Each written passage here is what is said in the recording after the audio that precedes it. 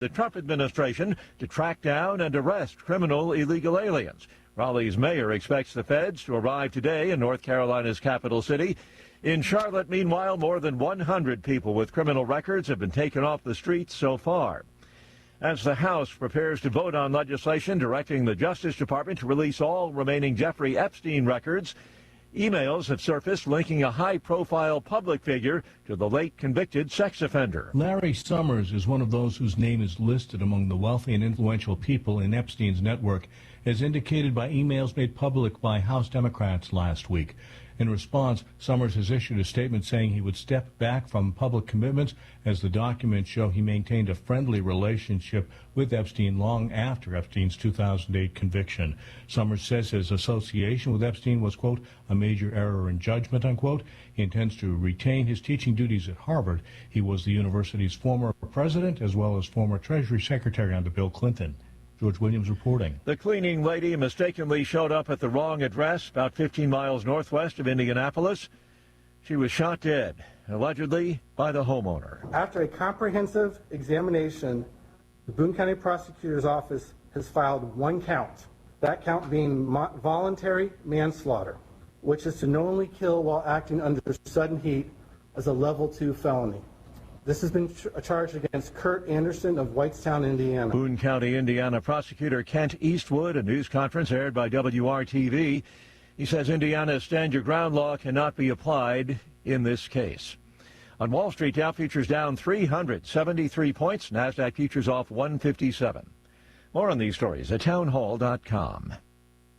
We all hear the radio ads about the IRS. They tell you to be afraid, to be scared, and they try to frighten you into calling. I'm not here to do that. Tax Relief Advocates is different. TRA is here to tell you that if you owe money to the IRS, whether it's $5,000, $50,000, or $500,000, we have a solution. It doesn't matter if you're sitting in your car, at work, or with your kids. No matter where you are, call now. 800-575-2341. Don't lose hope. TRA can eliminate or reduce what you owe to the IRS. Generous programs are now available that can give you a fresh start. Our passion is taxes and helping individuals fix their IRS problems. We have over 1,000 5-star reviews on Google and an A+ with the Better Business Bureau. You don't need to be afraid of the IRS any longer. End your tax nightmare today by visiting us online at TRA.com or call 800-575-2341.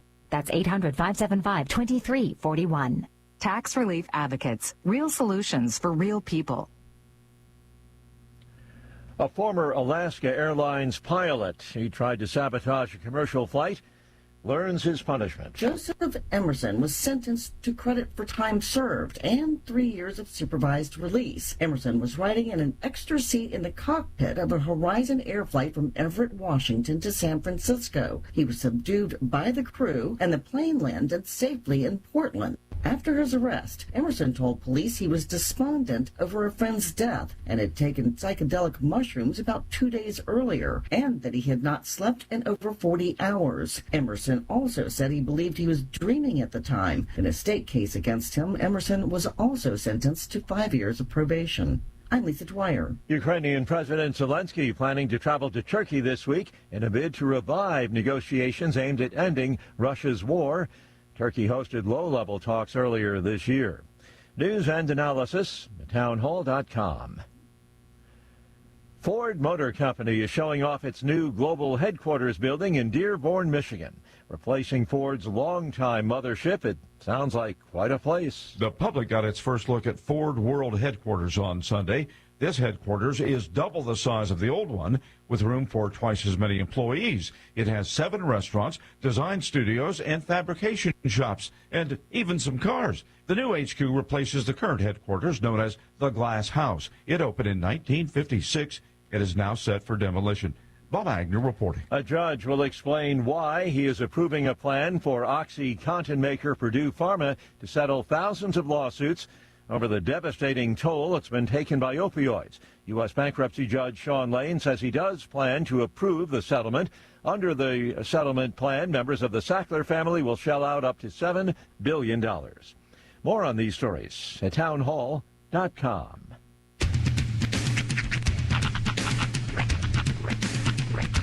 What in the wide, wide world of sports is going on here? promise you, whatever scum did this, not one man on this force will rest for 1 minute until he's behind bars. Now let's grab a bite to eat. Yeah, come on. I feel the hot wind on my shoulder and the touch of a world that is older. I hit the switch and check the number. I leave it on and then I slumber. I hear the rhythm ringing through it. Flamenco guitar and cumbia music. I hear the talking of the DJ. The tabloid said, what does he say? I'm on a Mexican radio.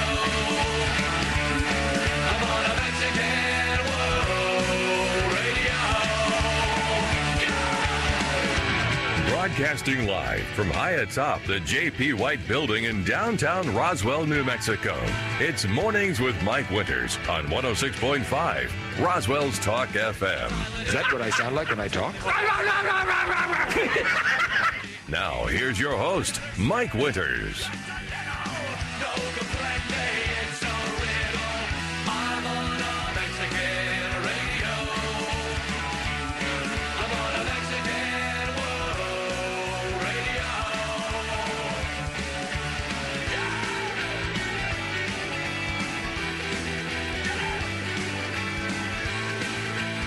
And good morning, one and all. Welcome to Mornings with Mike Winters. I am he.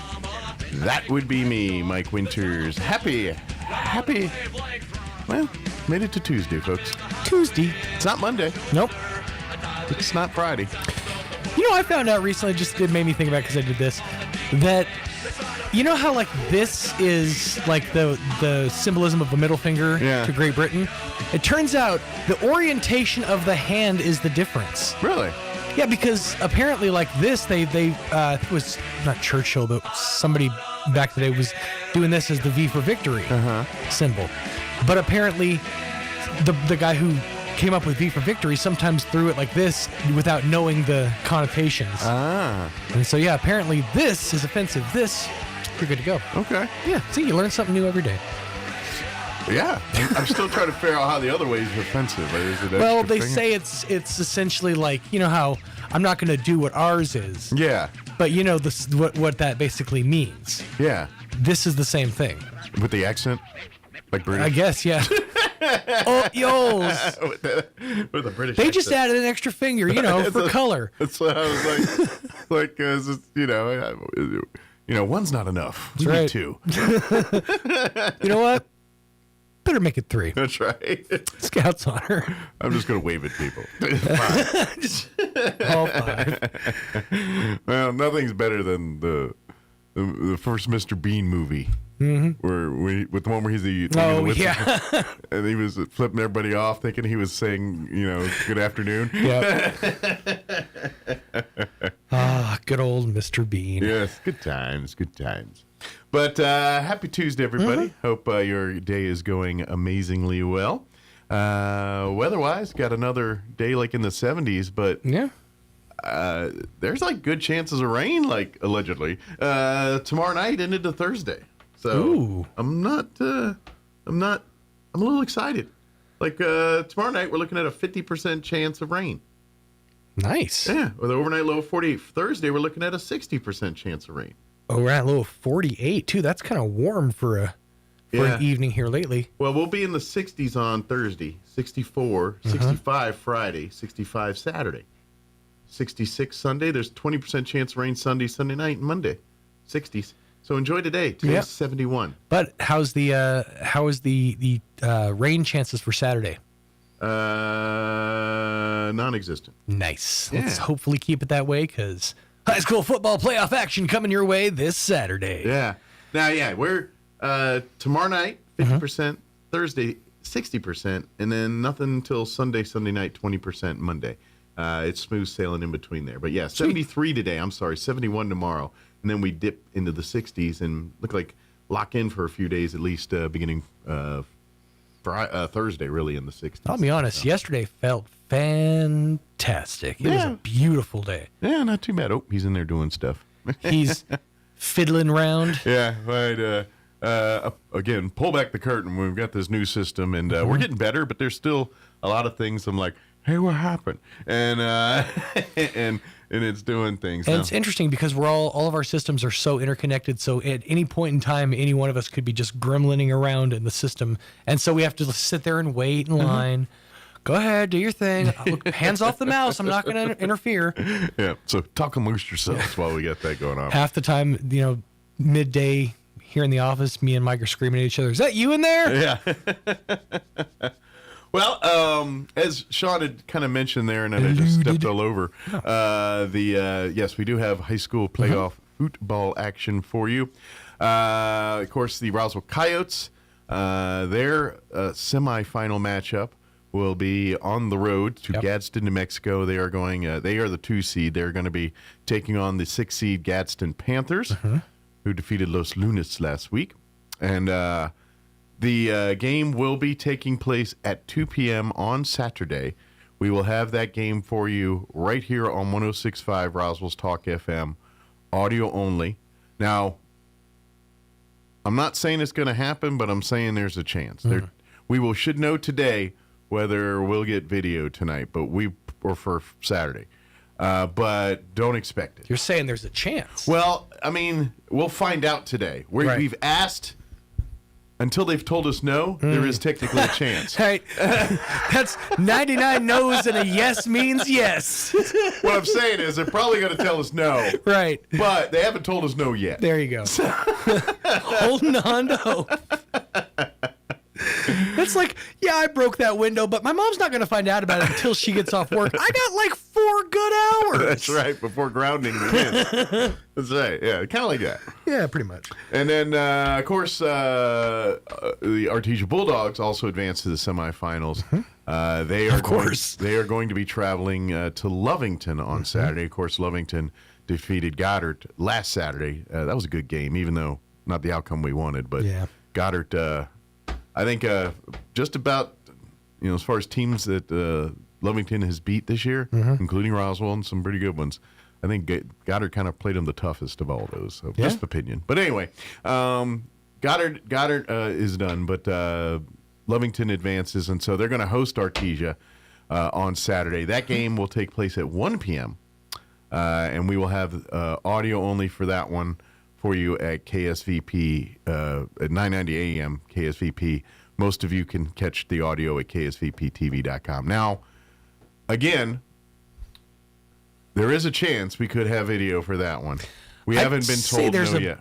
Better chance. Probably a slightly better. And here's the reason: is and I've said this 100 times in case you forget. The NMAA has basically sold the video rights for playoffs to a ProView company, and so they have all the rights to these games. But if they don't have enough crews to cover, then sometimes they'll sell us the game, the rights to the game, which means we would pay them $400 or $500 just so we can put the game on the TV or on our video.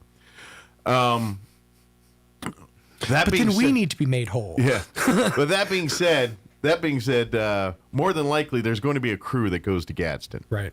There is less likely of a chance there's a crew going to Lovington.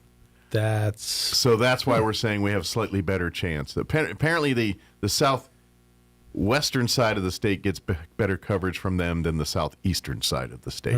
Up north, it's all gangbusters up there. But when you get south of I-25, it gets a little different. The southwestern side of New Mexico, that's where the business is. Yeah. So that being said, it's a strong hand. Win, lose, or draw. Next week we will not have any video. Right. Because there's only 4 games, and they'll send a crew, regardless of where it is. It's that going to happen. Yeah.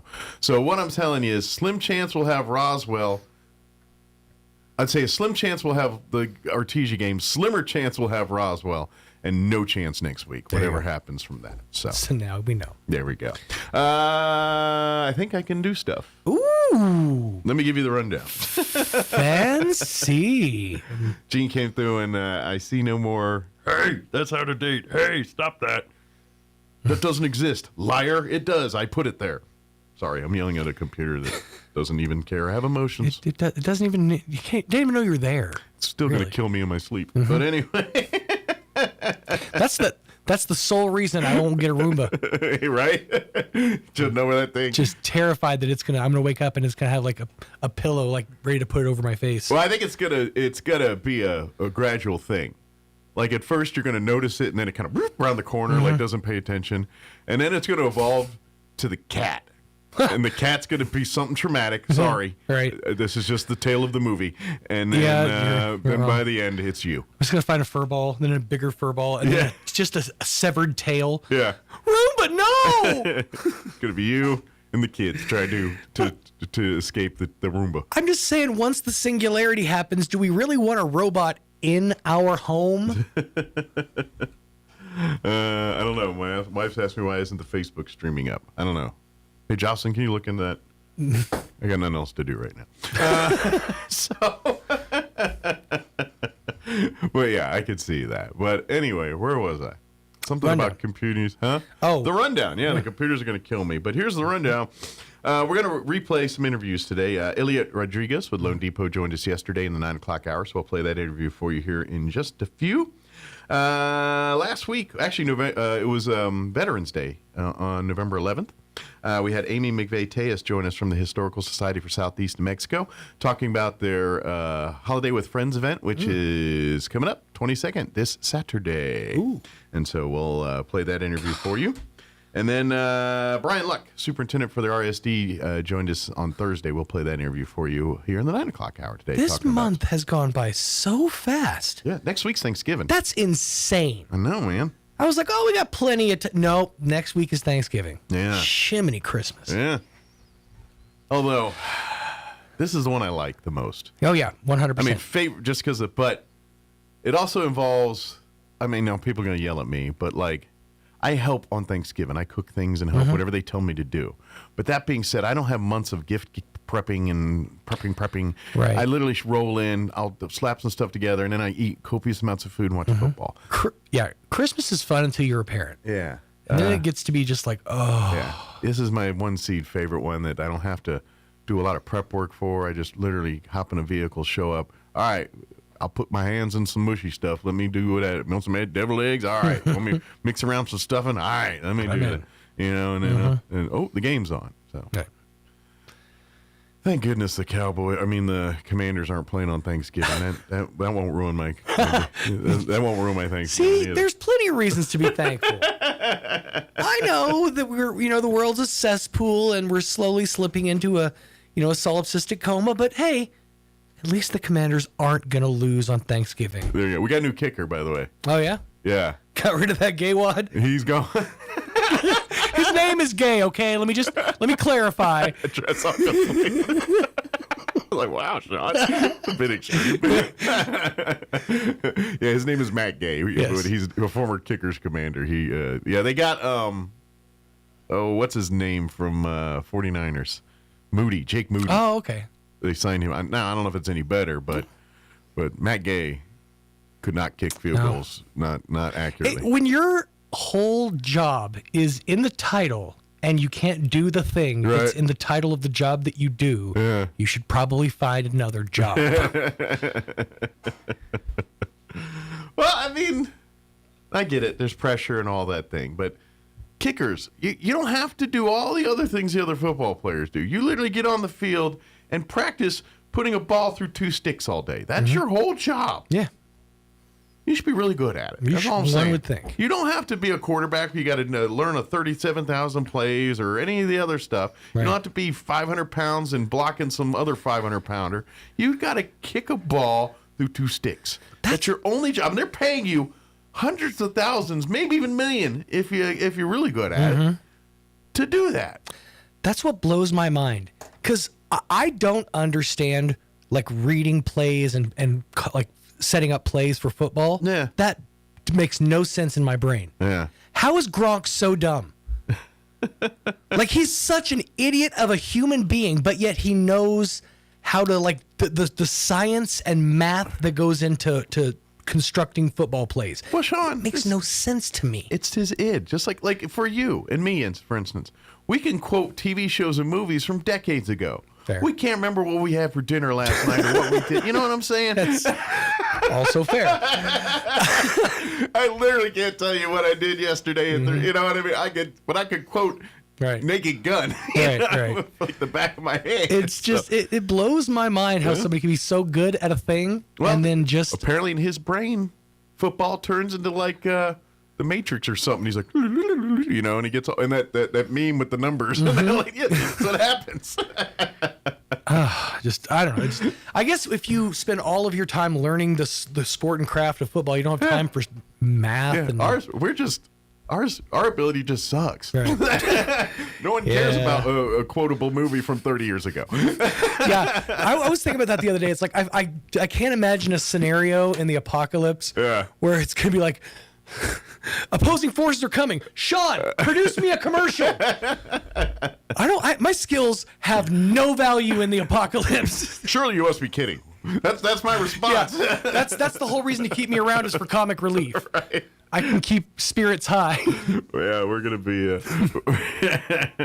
we're the front row. The scout party. We just turned to shreds. All right, I need to get the hour going. Yes. Like I said, I kind of gave you the rundown there. It is 7:21. All right. I believe for your listening pleasure will be the weather.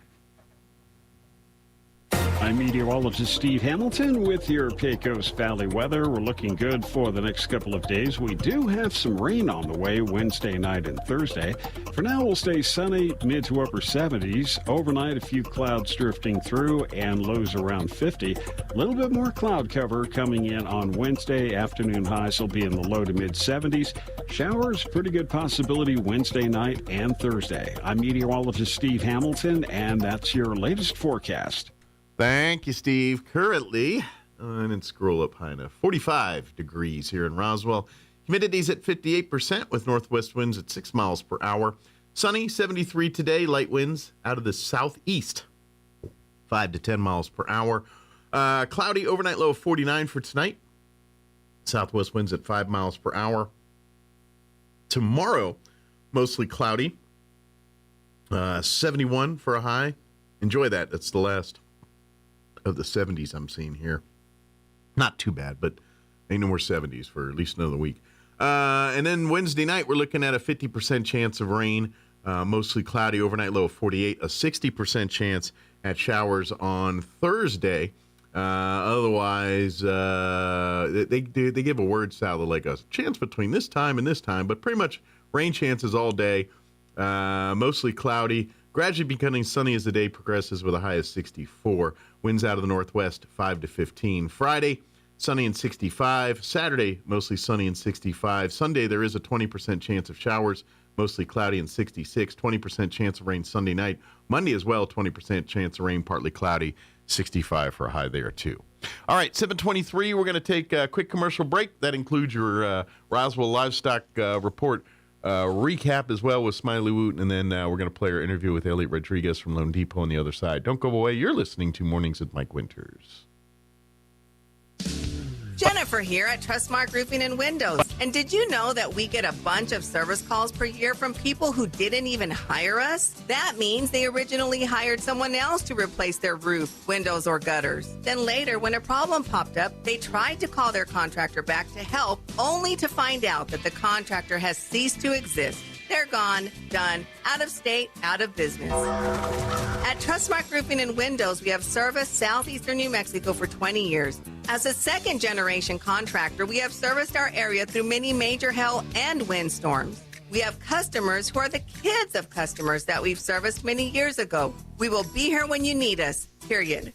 For roofing, gutters, or windows, visit trustmarkroofing.org or call Trustmark Roofing and Windows 575-755-ROOF. That's 575-755-7663. Trustmark Roofing, we put people first. At Richland Motors, it's never been easier to sell or trade your current car, truck, or SUV for a newer model to hit the road in. Even if you don't purchase from Richland, they want to buy your vehicle for top dollar. But if you do buy from Richland, don't forget, they're the home of the powertrain warranty for life. That's a whole lot of confidence for you. See Richland for details. 2nd and Sycamore and 1309 Southeast Main. Pecos Valley Broadcasting has immediate entry and experience level and radio and live stream video sales executive positions open in Artesia and Carlsbad. You'll work with our amazing team to build and maintain accounts and dive into advertising and marketing promotions. Experience in sales is preferred and bilingual opportunities are available. Base guarantee plus bonuses and commissions. Apply now. Email your details or resume to hireme@pvbcradio.com. Take your career to the next level with Pecos Valley Broadcasting, an equal opportunity employer. Good morning, this is Smiley Wooten at the Roswell Livestock Auction. A good November run this week with a nice selection of all classes of cattle, especially high-quality native calves, light yearlings, bred cows. We expect to sell 1,800 head. Breaking down like this: 175 to 200 weight cows and bulls, 275, 300 pairs bred cows, 1,350, 1,400 calves and yearlings. Today's sale will include 15 to 20 cow-calf pairs, mostly black and black-white-face Angus cross cows with black calves. Pairs 5 to 10 years old. 120 bred cows. Kenneth Smith Incorporated, Hobbs, New Mexico. Excellent quality black, white face, red, and Charolais crossbred cows bred to Angus and Charolais bulls. Cows 5 to 10 years old. 31 bred cows. Mr. J.D. Rose up here northwest of Roswell. Excellent quality black Angus and Brangus crossbred cows bred to Angus bulls. Cows 3 to 9 years old. Several other consignments of young, middle-aged, and older bred cows. 48 calves. Mr. Gene Jaquez at Guyena, New Mexico. Excellent quality black and red Angus crossbred calves, shots at Brandon, 500, 650 pounds, 43 calves. Mr. Don Wynick, Balmorhea, Texas. Excellent quality black and black-white face Angus crossbred calves, one round of shots, 550, 675 pounds, 39 calves. Mr. Mike Wilson at Tatum. Excellent quality black crossbred calves, weaned, 2 rounds of shots, medium condition, 400, 550 pounds. 71 calves, the Guadalupe Mountain Farms at Sierra Blanca, Texas. Ex-quality black to black-white face Angus crossbred calves, shots at Brandon, 450, 600 pounds. 88 calves, the Robinson Cattle Company, Mesilla Park, New Mexico. Ex-quality black Angus calves, 1 round of shots, 400, 550 pounds. 63 calves, the Eason Ranch over in Socorro County. Excellent quality black to black-white face Angus crossbred calves, 1 round of shots, 450, 600 pounds. 44 calves, the Boyles Ranch here west of Roswell. Excellent quality black and Charolais crossbred calves, 1 round of shots, 400, 500 pounds. And 27 steer calves, Scott Ranches, Orla, Texas. Excellent quality black and black-white face Angus crossbred calves, cattle weaned 40 days, 1 round of shots, 400, 550 pounds. Several smaller consignments of high-quality native calves and yearlings for today. Sale time this morning, 9 o'clock. Sell pairs of bred cows 10:30. Be selling calves and yearlings around 11:30 to 12 o'clock noon. We expect to sell 1,800 head here today. This is Smiley Wooten, Roswell Livestock Auction. You can't hunt camels in Arizona, but you can buy them. They go for about $10 a pack. Here's Mike Winters. This morning from Lone Depot, Elliot Rodriguez back with us. Good morning. Good morning, Roswell. And actually, happy Thanksgiving is almost here. We are, is next week Thanksgiving? It's a week and a half from now. Yeah, good Lord. Yeah. This year has flew by like there's no tomorrow. Yeah, I know the kids and everybody, because they'll be off next week, so they're counting the days this week. They're like, yeah, there comes the holidays again. It's like, you almost wanted to say, you just got a break. That's right. No, but yeah, we'll be gobbling turkey and everything else, and I'm not going to lie. I had to stop, because right now, there are so many restaurants doing some version of a turkey Thanksgiving sandwich, and I've been trying them all. And by the time we get to actual Thanksgiving, I'm going to be so sick of this Thanksgiving stuff that I've deliberately said none of that this week. I'm devoting it so when I get to Thanksgiving, I will be ready for turkey. Not to be unfair, but who's winning already? Yeah, because like all the sandwich joints, from Subway to Firehouse to Arby's, everyone's got like a Thanksgiving sandwich. Who'd you like the best so far? I don't know. The jury's still out. I like them all in different ways for different things. And then, here's the thing. You almost sound like me and my guys. I hire him for that skill in particular. Well, for instance, Arby's has got a fried turkey sandwich. And I'm like, come on, fried turkey sandwich. It's fried turkey. God. Fried turkey wins every time over regular turkey. So that's got an up. But if you get the Firehouse or I like the cranberry situation going. So it's but if you put elements of that one on this one, but Arby's trumps everyone with the fried turkey because it's fried turkey. So you could probably put a little piece from this, a little this from this, Yeah. and make the perfect sandwich. Yeah. You know, my wife and I talk about that all the time. Right. Okay. You know, and I'm Puerto Rican, so we love to fry everything. So Well, fried turkey, yeah. I mean, there might be casualties, but it is good if you do it right. no kidding, right? That's right. And I don't know if you noticed, it's supposed to be getting cold, but it's like the heat tries to come back, you know, like squish in a little. That's right. And that summer comes back in. Wait a minute, I ain't done yet. Give me another. We're gonna have another 85-degree day. No kidding. So, but I imagine when you get to the holidays, just curious. I know, like before the holidays, there's probably a push for people looking to buy homes and get in before the holidays and all that. But does it pick up at this time of year? Because sometimes people think, man, my house is not going to handle Thanksgiving. We need to look for a new house. And so they start the journey because the holidays aren't meeting the needs. I mean, I was just curious, like, is it a busy time for that during the year, or is it not? It's very interesting that you mentioned that. Yeah. Because my wife probably would tell me, quit. Okay, right now. I know she's listening. She's because like, most people think, no, everyone's busy with holiday stuff. They're not thinking about buying a new house right now. But I'm sure I'm wrong on that. She says, like, when you gonna retire? Let me tell you something. I just want to say I'm blessed, and I thank God for that, because I try to take care of my customers, and deliver a service that nobody else can do. Okay? Sure. And I mean that was from the bottom of my heart. My wife knows this, and she loves it, but she hates it at the same time. Right. Okay. And since even before COVID, I've been very consistent when it comes to producing and getting people in their homes and everything, and it just keeps increasing. It has not diminished at all. Right. If anything, it's just growing and growing. I mean, my team is actually a team of I got 6 people on my team under me now. So we went from 4 to 6. You got like a whole division and there now. I'm trying to freaking continue growing because we're gonna have to, and hopefully, the guys can, keep up with everything that we're doing. Right. But to answer to your question, all these years, even when it comes down to Christmas, in the holidays, Thanksgiving, it's like, for me, it hasn't been a point that it slows down. I see a lot of people slow down. I see it. Okay. But that doesn't happen to me for some crazy reason. I mean, and I know God has been good to me. That's all it is. I put my foot forward and do what I need to do for my customers. And I think people are getting the message. It's like, that's the place to go. And if God permit, next year is going to be even better than this year, but in a different way, in a better way as well. So, but no, I mean, I'm seeing like a spike on the market as far as like what's happening. Right. Everybody's a little maybe into the holidays and seeing what's happening in the market and thinking, oh, if the rates are dropping. They are getting better. They haven't truly 100% dropped. Sure. Okay. It's costing a little less, to get the interest rate that you want. I imagine, cost of living is higher right now. I mean, grocery Everything. stores and things. So I imagine that makes people apprehensive too sometimes on pulling the trigger. But it's very interesting because it's not that I'm slowing down. If anything, I'm about to like call 911, send the fire department here because everything is on fire. Absolutely. Well, and this goes back to the thing you say all the time.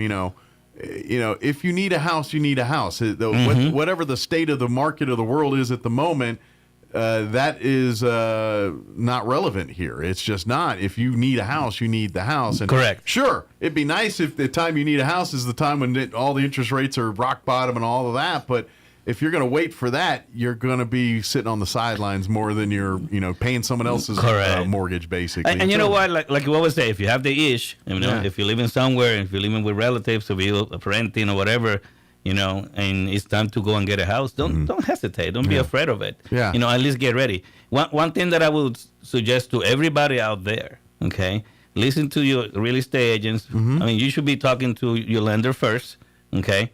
If you're lucky and you have a real estate agent to begin with, that's awesome because they can guide you somewhat. Sure. But you should be talking to your lender to get pre-approved. Absolutely. Then the next step, folks, and this is a big deal to me, okay, because lately it's been like molasses. Like everybody wants this, but everybody wants to move slow. Sure.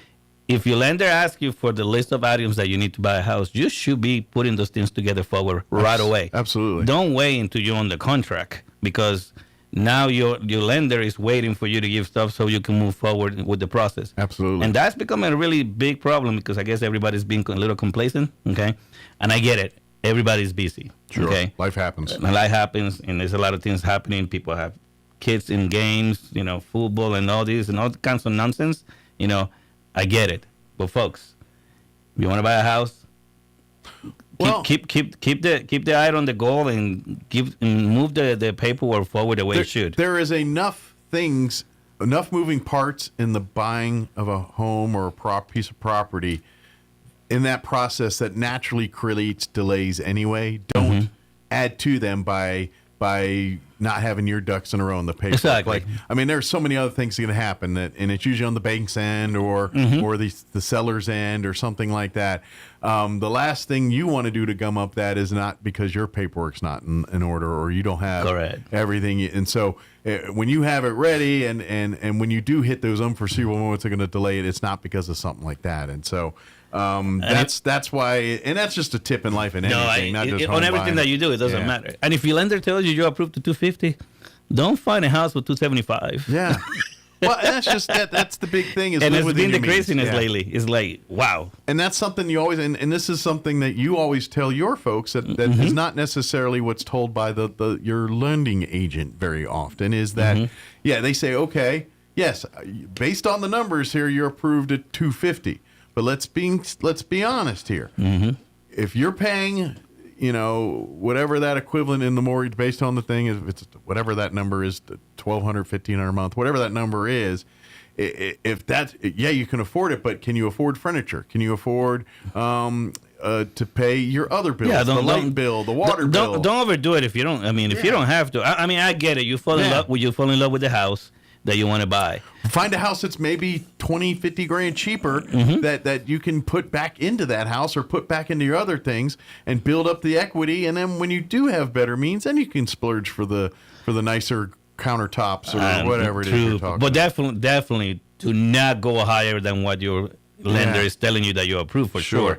But it's happening, right? But I'm just saying, like, if you look at two houses that all things being equal, the one difference is this one's 20, 30 grand higher because it's got higher end cabinets and stuff, but it still checks the boxes of square footage on it. Maybe, just maybe, that's going to hurt your budget right now. Let's go with the lower end countertops. Exactly. And guess what? As you build into it, then we can upgrade to the marble here, or we can move to a house that's already got it in. But at this moment, maybe let's go with the nice ceramic tile or whatever you got in there instead of the. You go with granite Shania. counter. You go with you know what I'm saying? That's the type of thing we're talking about. Remember, I always said maybe you're not buying the Taj Mahal. Sure. But guess what? You can make your own Taj Mahal afterwards. But the things that really can tweak a price like that, and that's why people do it for curb appeal, for less move-in ready. Sometimes looking at the home that's a little outdated because it's still perfectly clean and fine, but let's face it.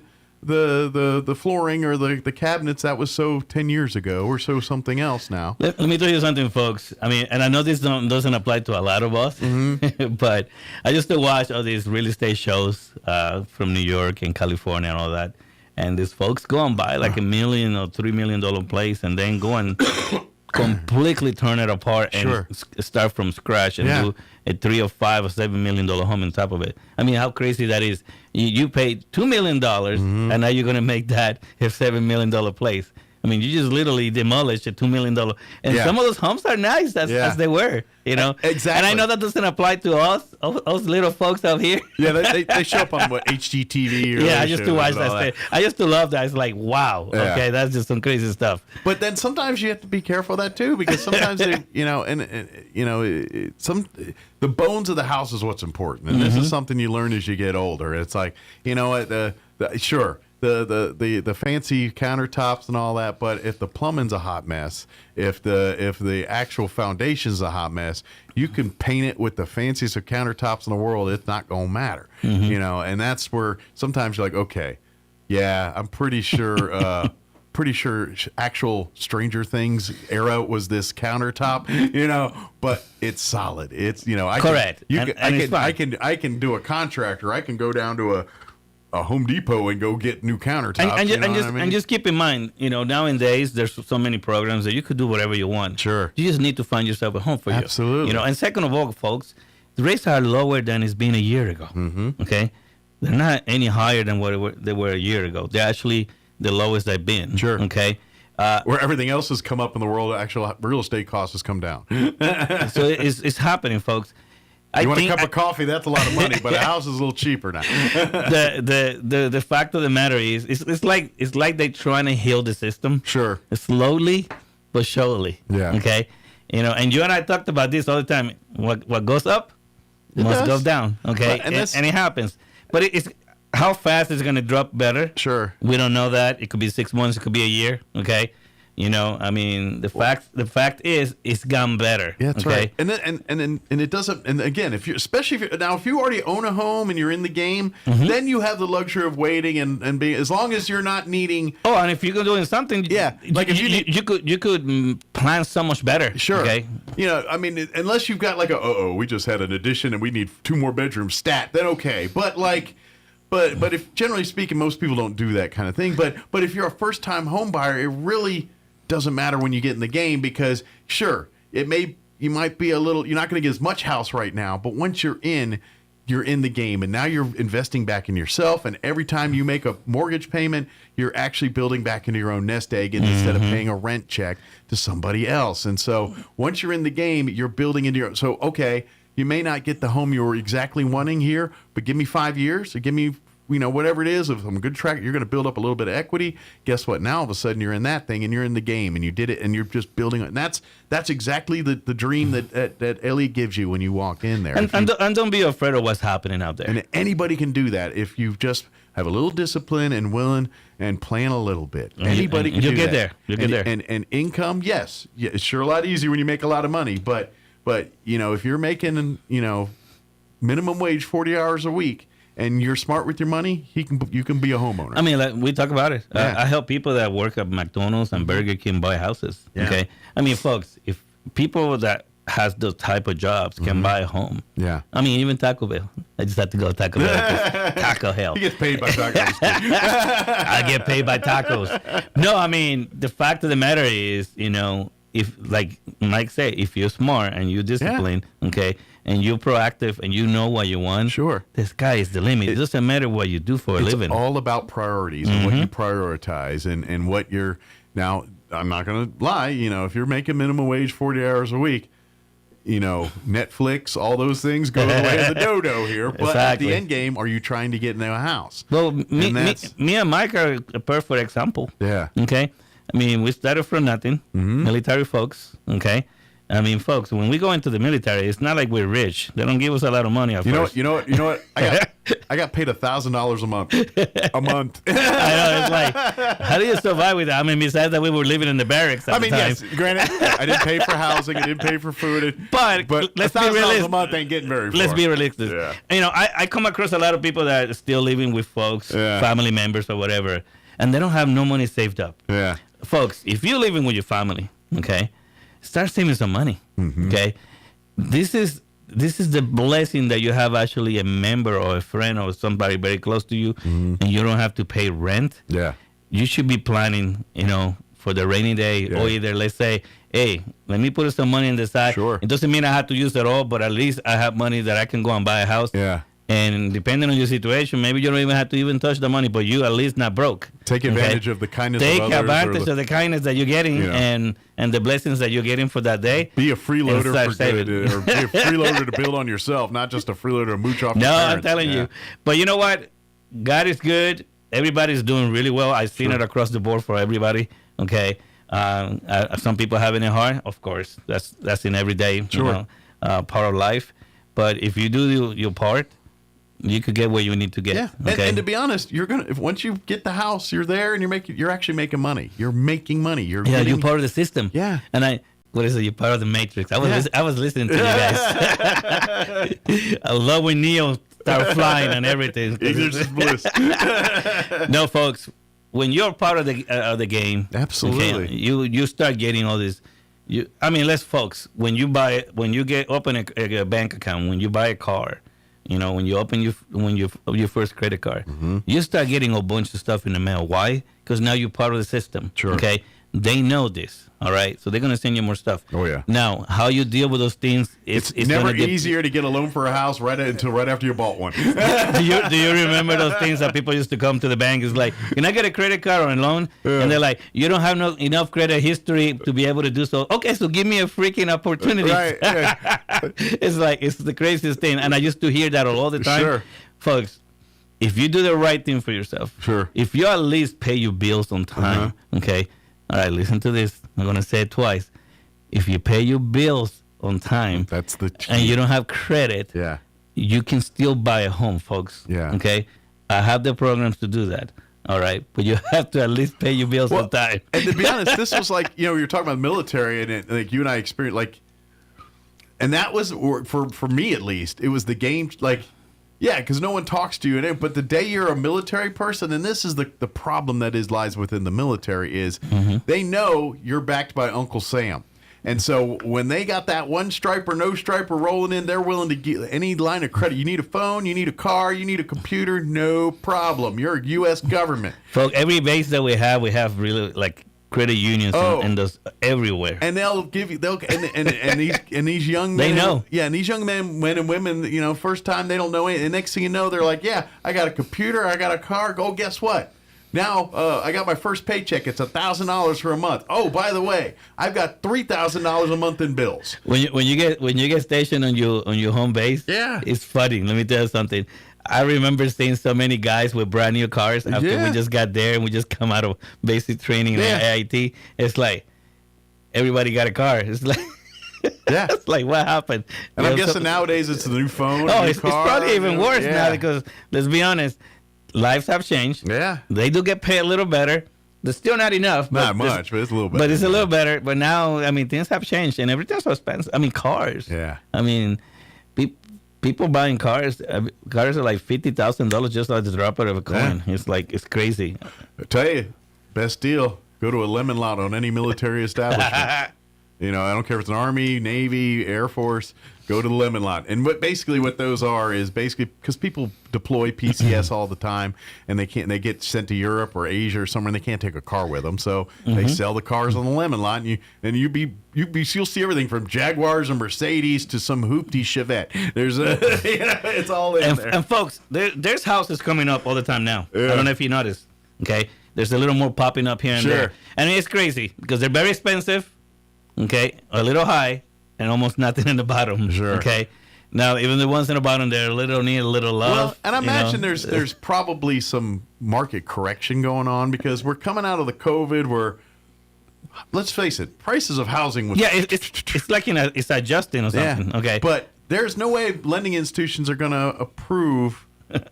Loans for these houses are not going to appraise for what people are asking for them. It's just not going to happen. It's not going to happen. Where they could do that during COVID because there was little bidding wars on houses. And folks, if you're in the market to buy a house, okay, and I got the programs. If you don't have a lot of money saved, though, that's okay. Don't let that deviate you for even trying. I got programs that will give you the down payment. We got the MFA, okay.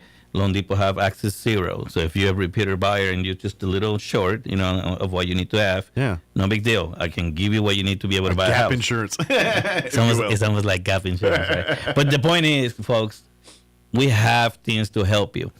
And if you don't want to go so high, and there's the house that is down the street from your mom, and you want to be closer to mom or your brother and sisters or whatever, and it needs a little love, we got the 2 or 3Ks to fix them. Absolutely. Okay, so don't be afraid. To get what is yours that is available there for you. Absolutely. Okay. This is the only time that I will say if anybody's entitled to anything, you're entitled to the chance to get it. Okay. But you still have to do your part, So go for it. Don't be afraid of that. Don't worry about what's happening in the market.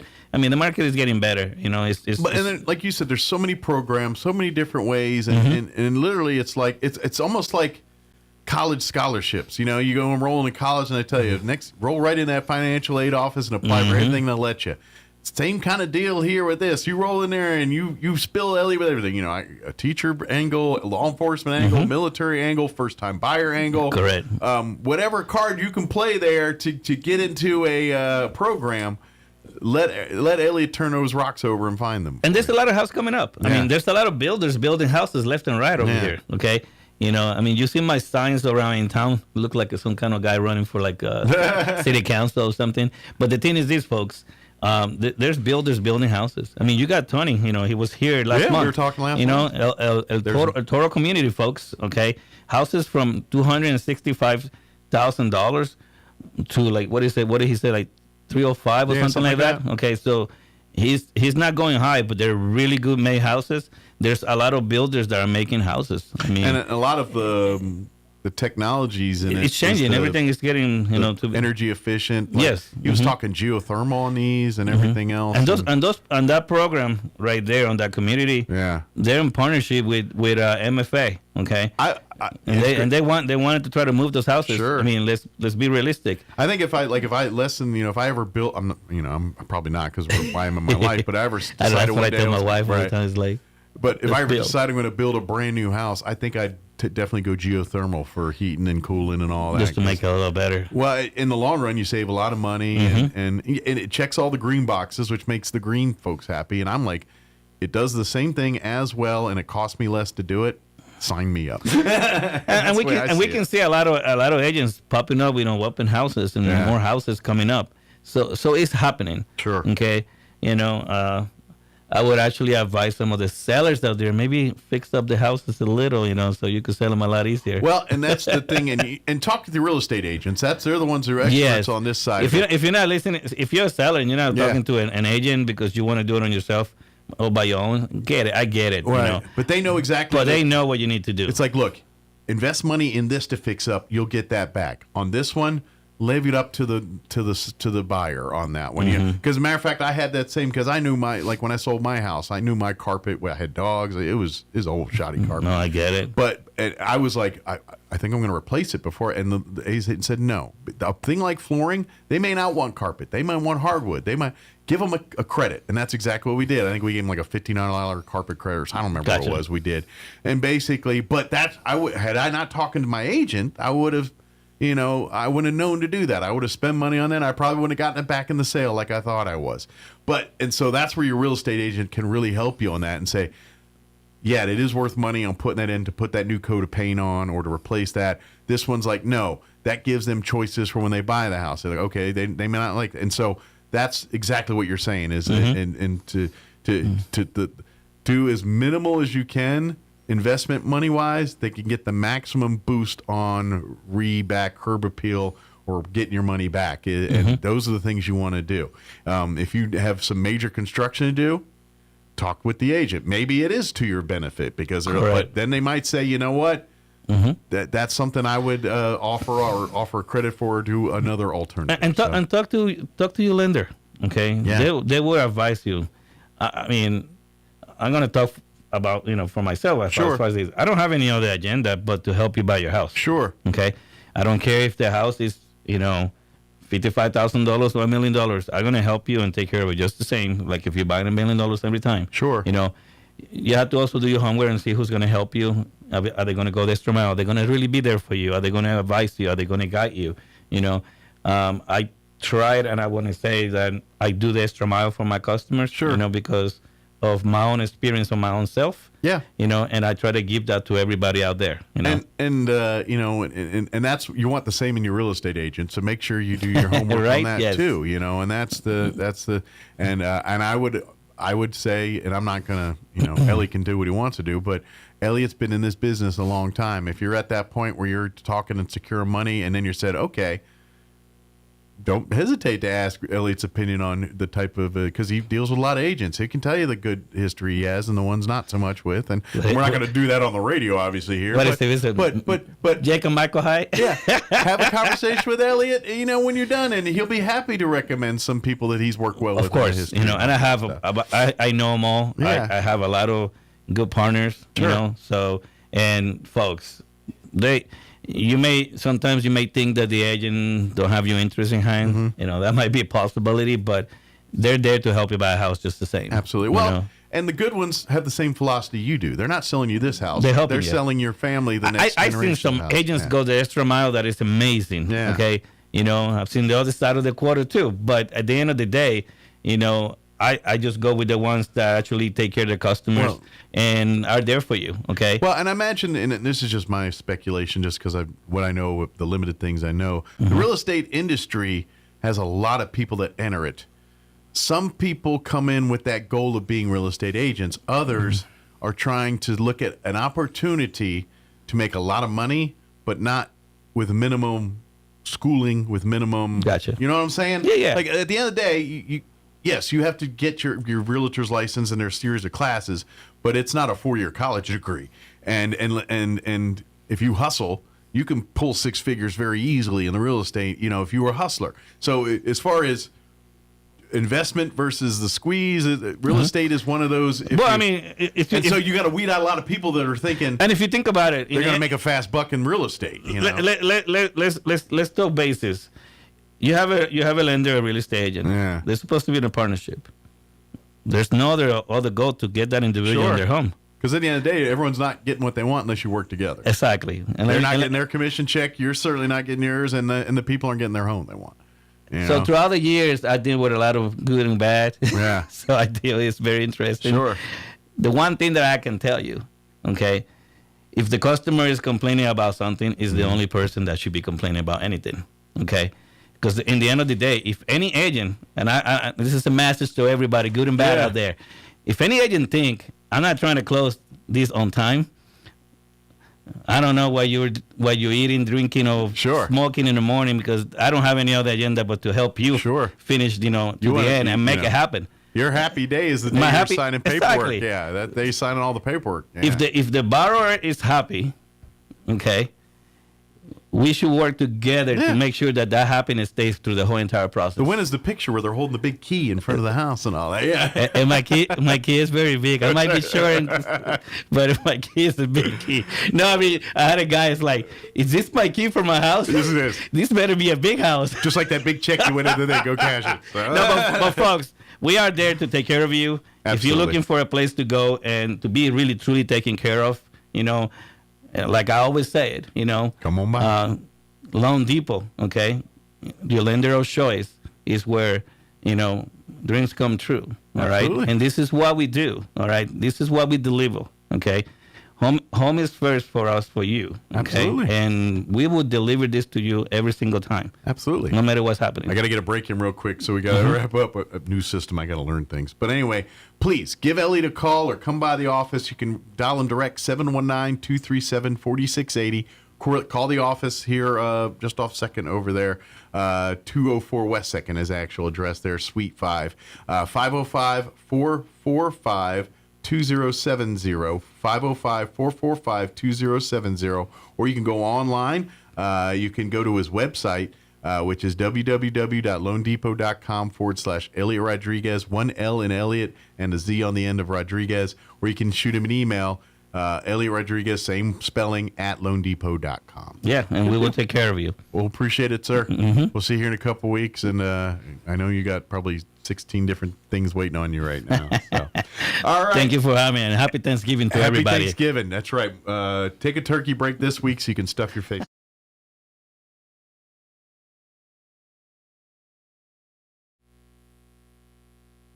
All right, Mr. Gobbles, it's that time of year again. Got any last requests? What? You want a smoking deal on a new Ford or pre-owned vehicle? Mucho dinero for your trade and your credit pardon? Well, you're going to have to go to Roswell Ford.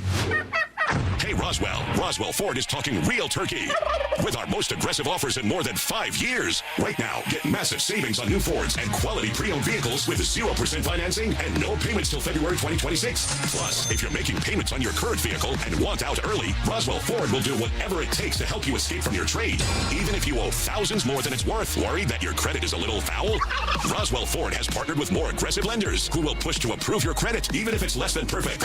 All roads lead to huge American-made savings and a better buying experience. Get on board at Roswell Ford, 821 North Main Street in beautiful Roswell. Call 575-623-3673 or online at roswellford.com. 0 APR for 48 months is $20.83 per thousand finance. Interest accrues from date of sale. Subject to lender approval on select vehicles. Offers not combined. Injury, surgery, or illness can set you back, but you don't have to recover alone. At Artesia General Hospital, our rehabilitation services team provides physical, occupational, and speech therapy to help you regain strength, mobility, and confidence. Take the next step toward recovery. Call 575-736-8174 today to schedule an appointment and get back to living life to the fullest. Looking to start, continue, or complete your higher education journey? Join the more than 6,000 fellow Greyhounds on their journey to student success. Eastern New Mexico University offers the most affordable higher education degree in the Southwest, and New Mexico residents can go to school tuition-free with the New Mexico Opportunity Scholarship. With online or in-person degrees, ENMU is the right choice for you. For more information, visit enmu.edu. ENMU, student success. That's what we're about. Town Hall. I'm Rich Thomason. Can't reach your favorite internet site or service this morning? Well, this could be why. Internet infrastructure provider Cloudflare says that some sort of an issue is causing global outages of ChatGPT and social media platform X and many other popular online destinations. Cloudflare says it's now working to fix the problem. President Trump's Gaza peace plan, his blueprint for securing and governing Gaza, has cleared a key hurdle, garnering strong support in the UN Security Council. Donald Trump said the Board of Peace would be chaired by him and that its other members, the most powerful and respected leaders throughout the world, he said, would be named in the coming weeks. Under the resolution, the transitional board would oversee the reconstruction of Gaza and the delivery of humanitarian aid. The International Stabilization Force, or the ISF, would work with the Palestinian police force to achieve the demilitarization of Gaza. Russia and China did not exercise their vetoes but abstained to let the resolution pass, largely because the Palestinian Authority and 8 other Arab and Muslim nations backed it. The BBC's Netta Tawfik in New York. President Trump welcomes Saudi Crown Prince Mohammed bin Salman to the White House today, among other things. They'll talk about a potential sale of advanced American fighter jets to the Saudis. It's been a great ally. They've got to like us very much. Look at the Iran situation, what we did in terms of obliterating, we obliterated their nuclear capability. Yeah, I will say that we will be doing that. We'll be selling F-35s. President Trump is urging congressional Republicans to vote yes on releasing all files relating to the late convicted sex offender Jeffrey Epstein. Today, the House takes up a bill directing the Justice Department to release the files. Wall Street, the Dow down 492 points. Townhall.com. Hey, it's Mike. Here's an important message from the Diabetes Solution Center. Do you like pricking your fingers to test your blood sugar levels? No one does, but it's important to maintain your health. And now, by wearing a small remote device called a continuous glucose monitor, or CGM, you don't need to prick your fingers anymore. It's easy to use and helps you make more accurate diabetes treatment decisions. If you are testing your blood sugar 3 or more times daily, injecting insulin, or using an insulin pump, call the Diabetes Solution Center right now. And if you have Medicare or most major insurance coverage, you may be able to get a new CGM at little to no out-of-pocket cost. Shipping is free, and we'll even bill your insurance company for you. If you are testing your blood sugar 3 or more times daily, injecting insulin, or using an insulin pump, call the Diabetes Solution Center right now to learn how to end the painful finger sticks and get your own continuous glucose monitor, or CGM, at little to no out-of-pocket cost. A Turkish tanker in Ukraine's port of Odessa. The MT Orinda was hit during the offloading of liquefied petroleum gas at Ismail port. All 16 crew on board were evacuated and no one was hurt. Ukrainian officials have not commented specifically on the tanker, although an official says Russian drones attacked the Odessa region overnight and damaged energy and port infrastructure in several cities. Ismail lies on the Black Sea estuary and is one of a string of ports that are vital for Ukrainian imports and exports. The attack occurred a day after Ukrainian President Volodymyr Zelensky signed a deal to import U.S. liquefied natural gas through the area. I'm Charles de Ledesma. Poland's Prime Minister Donald Tusk says an explosion on a railway line linking Warsaw to southeastern Poland was an unprecedented act of sabotage. News and analysis, townhall.com.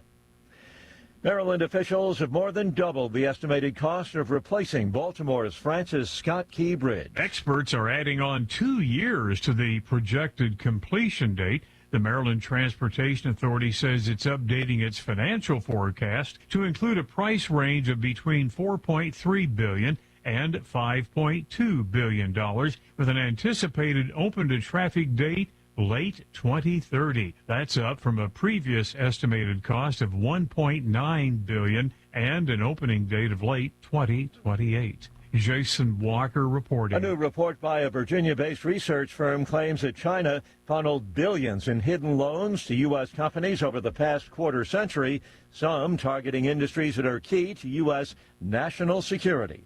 The money ultimately allowed Chinese companies to buy stakes in American businesses. More on these stories, townhall.com.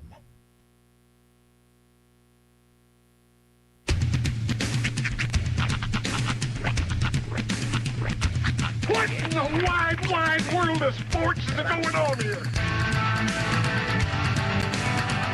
I promise you, whatever scum did this, not one man in this force will rest for 1 minute until he's behind bars. Now let's grab a bite to eat. Yeah, come on. I feel the hot wind on my shoulder and the touch of a world that is older. I hit the switch and check the number. I leave it on and then I slumber. I hear the rhythm ringing through it. Flamenco guitar and cumbia music. I hear the talking of the DJ. The abolition, what does he say? I'm on a Mexican radio. I'm on a Mexican radio. Broadcasting live from high atop the J.P. White Building in downtown Roswell, New Mexico. It's Mornings with Mike Winters on 106.5 Roswell's Talk FM. Is that what I sound like when I talk? Now, here's your host, Mike Winters. And good morning. It is 6 minutes after 8 o'clock. Welcome to hour number 2 of Mornings with Mike Winters, right here on 106.5 Roswell's Talk FM. Happy Tuesday. Yes, welcome to it.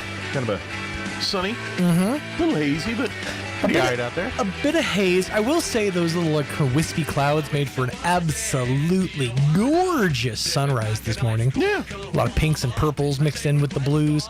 Yeah, they get the northern lights, but down here we got southern sunrise and sunsets. And I will tell you, I've been to a lot of different, locales in the southwestern portion of these United States, and I've never seen better sunsets than here. There you go. We have gorgeous sunsets. Yeah.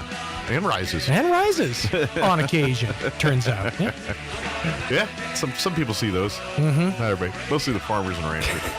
That's why I love morning radio. It makes me feel like I'm a farmer at heart, I'm up before the sun, getting stuff done. That's right. But happy Tuesday. Enjoy the day. Indeed. Yeah, we're going to be low 70s today, tomorrow. Rain chances tomorrow night and into Thursday. Pretty good ones. So we'll get you up to date with the weather just a bit. We do have high school playoff football semifinal action for you as Roswell Coyotes advance. They will be taking on the Gadsden Panthers. They are the higher seed. They're the 2 seed, Gadsden the 6 seed. But they owe Gadsden as far as goes where. So the game is in Gadsden, New Mexico on Saturday at 2 o'clock.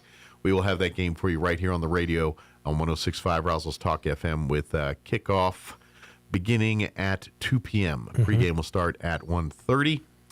We will also for sure have audio only on KSVPTV.com. We have not been told no on the video yet, but more than likely we will be told no today. Right. But we're saying there's a chance till they tell us there's not. That's so, right. But as of right now, we're planning on audio only, but we may get a surprise here today. So, Artesia Bulldogs also advance on the other side of the semifinal bracket. They take on they are the 1 seed. They're going to take on the 3 seed Lovington. Yeah, they're the 3 seed. And because 2 and the 4 seed was Los Lunas, and of course Lovington defeated Goddard on Saturday of last week here. So that game again, Artesia the higher seed, but they owe Lovington since the last time they squared off. It was in Artesia, so now they go to Lovington. That game will take place also on Saturday, 1 p.m. kickoff, 12:30 pregame. 990 AM KSVP. If we get video, again, we won't know till today. Right. KSVPTV.com for video or audio only, depending on if we get a green light or not today. Mm-hmm.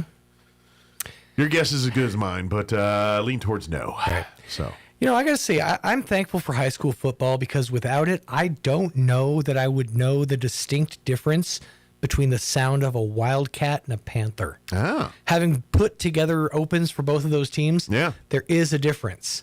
Whereas your Wildcat's more of a your Panther's more of a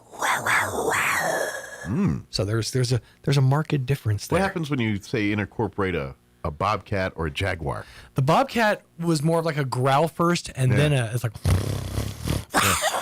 or a straight up tiger. Now tiger's actually more indiscernible from a lion's roar. Okay. Tiger's a little more bassy. Bassy. Yeah. Okay. Whereas a lion's more kind of like it hits those those upper notes. What those about trebles. a cougar? Oh, cougar. It's usually, hey, big boy, come on over here. That was my high school mascot. Yeah. The Thomas Stone Cougars. Cougars. That's our team. People didn't use that term cougar like that back then. Now they do, but they didn't back then. Just have your mascot was just a woman in a spaghetti strap dress. A lady with crow's feet and a spaghetti strap. It's one of the linemen's moms. No, yeah, we were the Thomas Stone. Now Thomas Stone, I grew up in Maryland, so he was a original signer of the Declaration of Independence. His name's on the Declaration there. He was one of those rich people from Maryland that was part of the Continental Congress. It's funny when you look at like pictures, of like when they signed the Declaration of Independence and all that, and there was Washington and Jefferson, like the paintings of like Washington, Jefferson, and all them, and they're the white hair, some of them balding. They were in their 20s. Some, yeah. Like mid to upper 20s. Well, some of the gray hair was powdered wigs. I know. But it's just, that blows my mind that all these decisions from our founding fathers were made by what amounts to... It was a harder time. Gen Zers, you see all them, things of Ben Franklin and all that in his time in Europe, and he looks like this old man with he's like in his 40s. Right. Yeah.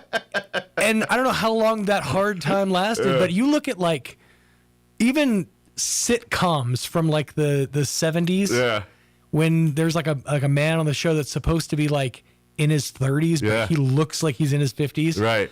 I just found this out recently. Homer Simpson canonically is 35. Okay. 35. Well, Bart Simpson's been 13 or whatever he is for 10 for 8 and 10 Lisa and Barter. Golden Girls is one of those. Those women, they look like they're, generic, they were in their 50s. Yeah. When that movie, when Cocoon, Wilford Brimley and all them, 50s. Yeah. When they were doing that movie. It's wow. And they're playing old folks home people. You know what I mean? It's a different time. I'm telling you, those 4 packs a day, they age you quite in my head, heavily. I think of Golden Girls in 70s. I'm like, no, they're my age. Did you know that show had a spin-off? Probably. It was kind of a... Well, it was right for it. Well, and to be honest, it wasn't a spin-off, but it begat like Golden Girls is a begattion of basically amalgamation of Maude and Mama's Family. Well, this is like a direct, meaning most of the original cast is in it. Oh, okay. It's called The Golden Palace. Oh, I missed that one. Basically, Blanche opens a hotel. Okay. Or reopens this hotel, but it's like a... I'm going to take a guess B. Arthur's not in there. She's not. You know why? She's the one who's not. Well, you know why? Why? Because she's pretty much the reason Golden Girls ended. She was kind of saying, it's enough. I'm done. Oh, and so that's when it ended. So I'm guessing this is when everyone had said, well, let's get the band back together. Forget B. Arthur. We're going to do this. Yeah, and it was because Estelle Getty was there. Betty White was there. It's all them. But the addition is they have I can't remember the guy's name, but he's the manager of the hotel. Okay. The black guy. And this show, specifically a couple episodes of this show, really, and this was right around the time, I saw a YouTube show about this. This is right around the time of the Rodney King was that late? Situation. Huh? Yeah. So we're talking was that late? Huh? We're talking early 90s. Yeah, 92, I think. Okay. That's probably why I didn't see it. I was not watching. There was an episode where they had just opened the hotel and I guess it's like an old like colonial style. So she hung up a Confederate flag at the front desk, and the manager comes in, and that's the whole crux of the episode is she can't get through her head why he's offended by this flag, because to her it's just old memories and mannerly gentlemen asking for a dance. It sounds like it keeps the vein of the Golden Girl, because they tackled stuff like that a lot too on that show. Yeah. You know, to be honest, some of the first like dealing with homosexuality and stuff, those really Golden Girls. You know, to be honest, that's why Golden Girls has it's such a huge thing in the LGBTQ plus whatever they're up to now. Well, that plus they're fabulous. Let's be honest. You know, to me though, that Golden Palace almost sounds like the Ropers. Do you remember that? When Three's Company, when the Ropers left the show, they went and did a spinoff because they went to another nicer apartment in California. Right. And that's when Don Knotts rolled in as Mr. Farley or Furley or whatever his name was on Three's Company. He took over for the Ropers, and then the Ropers went on, and I think they had like one season of that show, the Ropers. Yeah. And I think it was canceled that. I think it's the same thing with Golden Path. I think it only lasted for like one season, but it was just very similar. Which makes sense. You know, it's like let's get one more year's worth of pay out of this. Yeah. See how much more juice we can get out of this stone. Yeah. By the way, I like the initial grouping of Three's Company, but pound for pound, if you're going to replace like the Ropers, Don Knotts was probably like the biggest get you could get to do something like that. That was kind of, I think Don Knotts at that time was kind of like,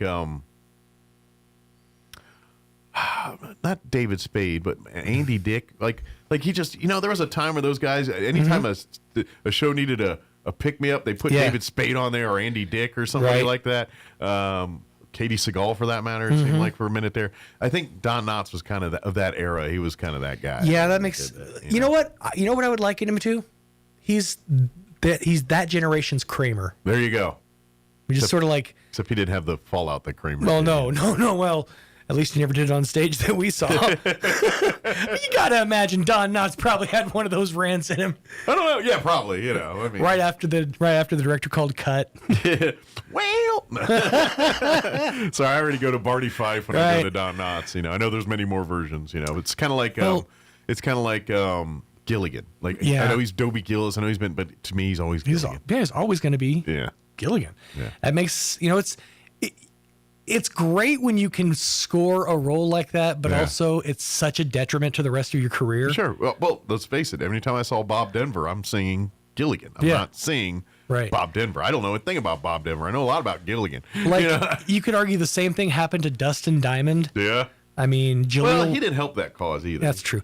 Jaleel White lucked out in that he kind of came up in the era of where voiceovers was a huge deal, and so he kind of like moved over to the world of voiceover. When I was a game show host. Yeah. A bad game show, but it's a game show. He was able to shed the Urkel. Like, to be honest, have you ever watched his game show? Mm-hmm. Like, it's on at like 3 PM, and I because my wife, when she's off and during the summer, so I get home, sometimes it's on.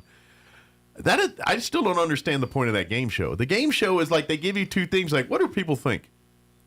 But it's like neither answer is wrong. It's like, no, more people thought this. Well, it's kind of like Family Feud, but like a more water-headed version of it. Like Family Feud is at least entertaining. This one just doesn't make sense because the answers are like, well, they're all plausible, and any of them are right. It's just a matter of opinion. It's a game show on it's a game show on opinions, not facts, and that kind of annoys me.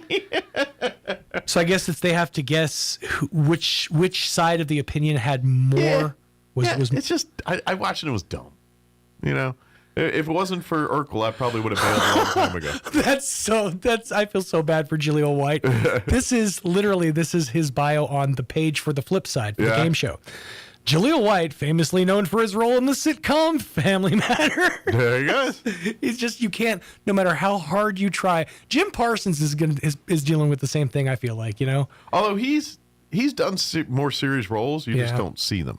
There's a really interesting Netflix, like, old Hollywood documentary that deals with a lot of the underbelly of, I can't remember what it's called, but he's in it. He's one of the stars of it. It's pretty. They came out maybe 6-8 years right after Big Bang Theory shut down. Was that Once Upon a Time in Hollywood? Because I think no, it's not. It was a TV. It was a Netflix. Yeah, it wasn't. It was kind of. It was no. This was more like 40s era, 50s era Hollywood, and dealing with getting roles and right. Well, let's just Hollywood. Yeah, it's a lot of salacious stuff, and well, it was until we Me Too'd our way out of that. Well, and we took care of the problem, Mike. Well. We nipped it in the bud. Let's just say it wasn't all. Sure, we did. It wasn't all. Sheldon, the man, is a gay man, and the person. Right. Much of the stuff in that show is dealing with that side of stuff. Gotcha. That's where I'm trying to leave it. Yeah. Not Sheldon. Not Sheldon. Jim Parsons. Jim Parsons, the man. Right. Yeah, his real life choices, or whatever you call it. That's what Hollywood goes into on that. So. By the way, your guest is here. We have a guest? Yeah, you have a guest?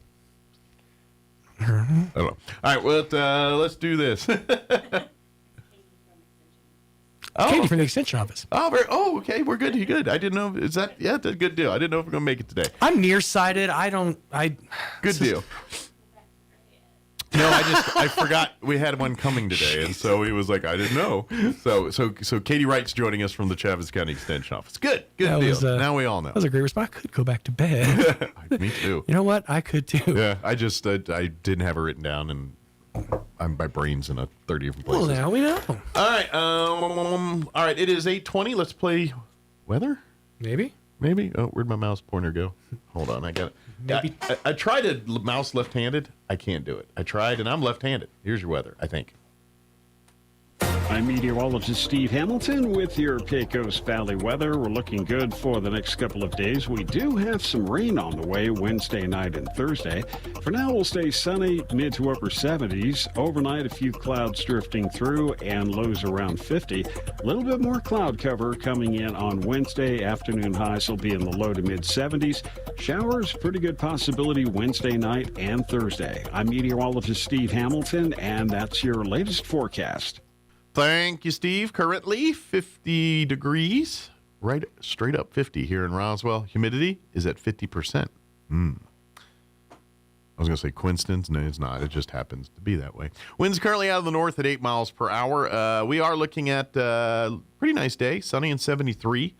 Winds will be out of the southeast, 5 to 10 miles per hour. Tonight, cloudy, overnight low of 49 degrees. Southwest winds at around 5 miles per hour. Wednesday, low 70s tomorrow, mostly cloudy, 71 for a high. Northwest winds 5 to 10. And then beginning Wednesday night and Thursday, we're looking at decent rain chances. A 50% chance of rain for Wednesday night.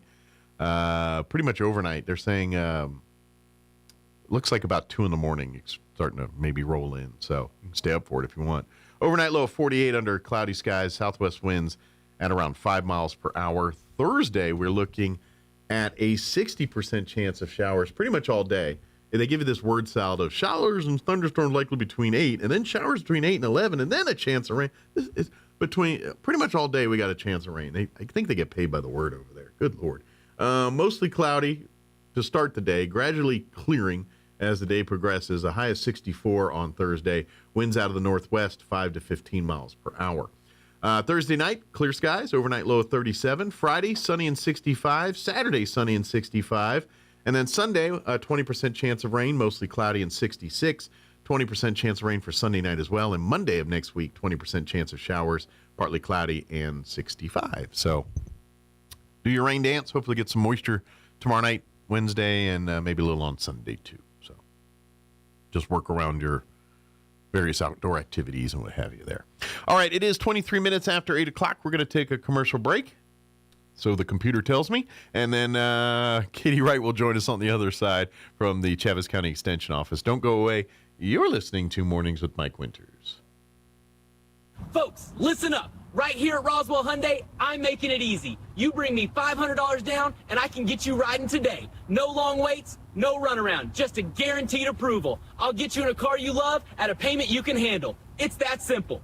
$500 down, you're approved. That's my promise, and I stand by it. I'm Lil Will Wonka, the master of credit. If you make $15 an hour, I guarantee you're approved. Come see me.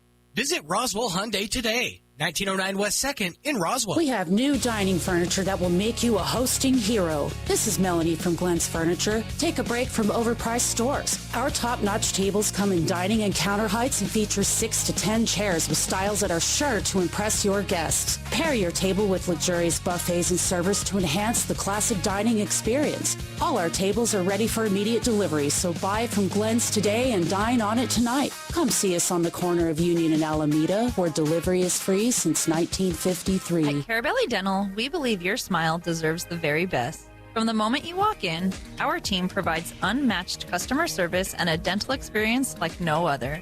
Hi, I'm Dr. Sarah Usher at Carabelli Dental. Whether it's a routine visit or you need advanced care, we make sure you feel comfortable, cared for, and confident in your smile. Discover the difference at Carabelli Dental, where your comfort and your smile come first. Come see the team at Carabelli Dental at the corner of 9th and Main, or call 575-622-4455. Whether you're a homeowner, a landscaper, or a contractor, we all have reasons to dig.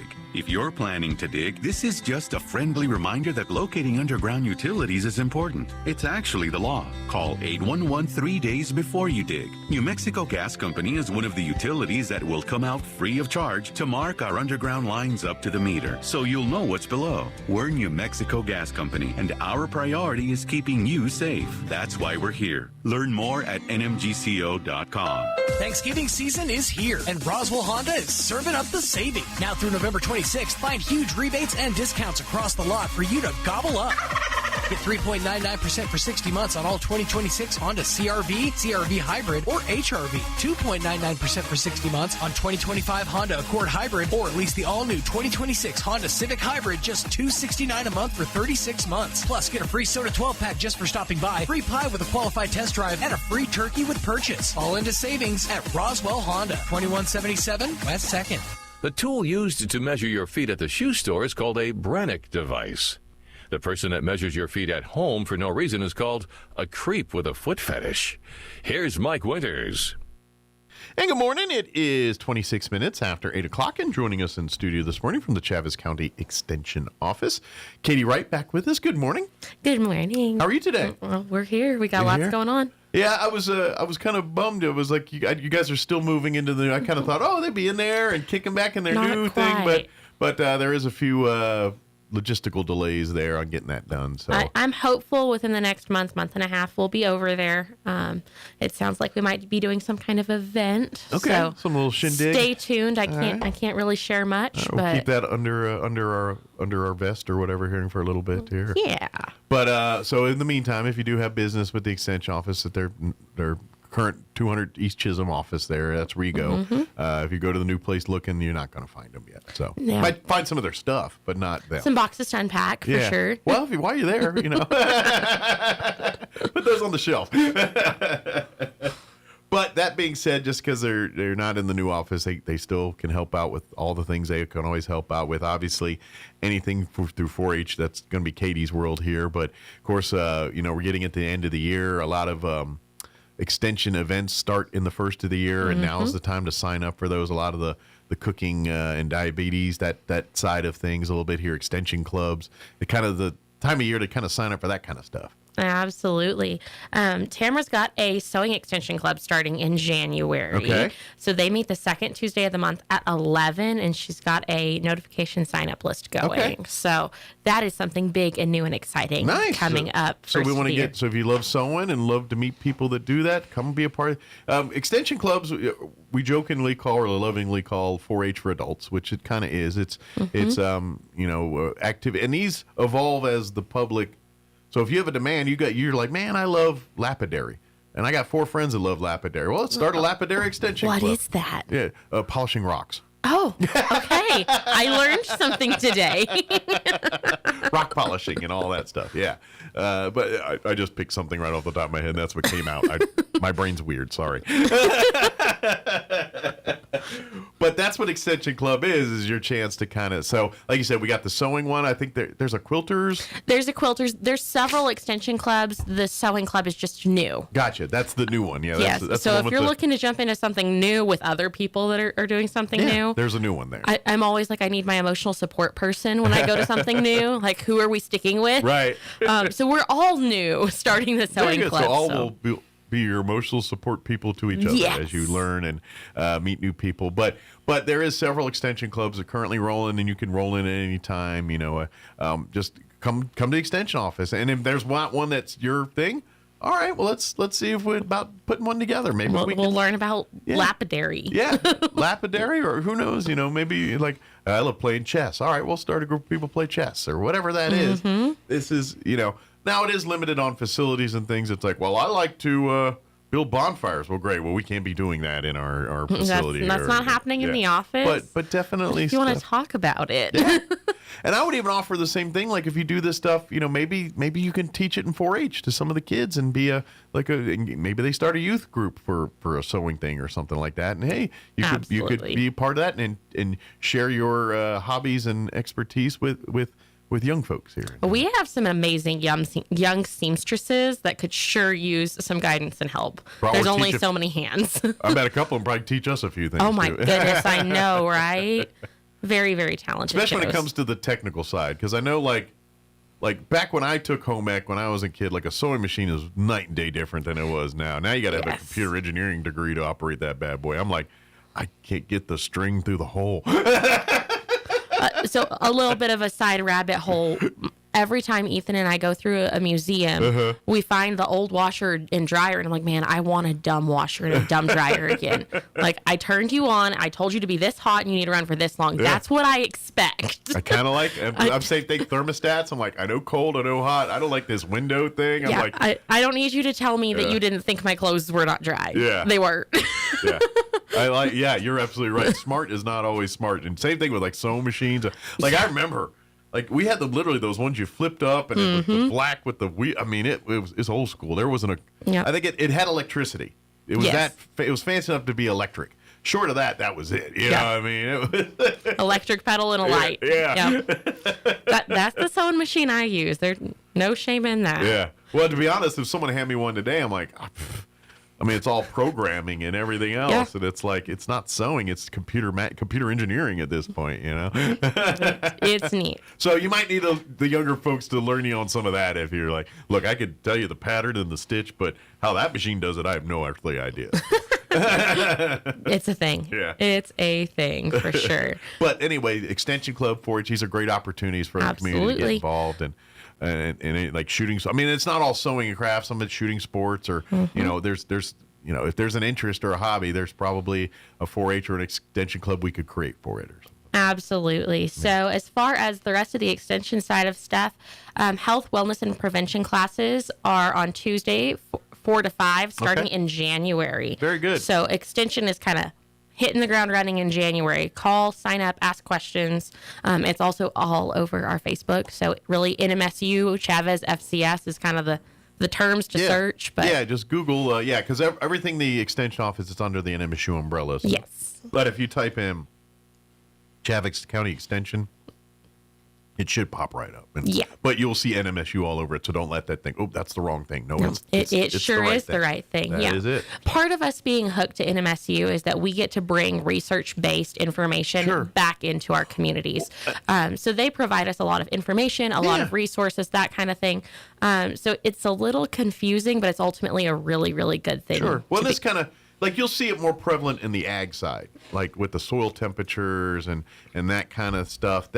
That's where it kind of turns into the science-y, the college side of things. The 4-H itself is very much involved with that, but it's more prevalent in the actual, literally the dirt of the extension. And if you think about it, that's the more timely stuff, right? You need the more up-to-date research. Well, yeah, because you and I that aren't farmers and ranchers, that information is like, the dirt's not hot, great, or whatever it is. But that's, like, what does it matter if the dirt is warm or cold? Yeah, for them, it's planting or not planting. Nope, we can't. We got to wait to plant because the soil's not thing. Or we're behind. Your seeds won't germinate if it's not warm enough. It's too hot. We got to get it in the ground now. This is their livelihood. This is how you get when you go to the grocery store and find things.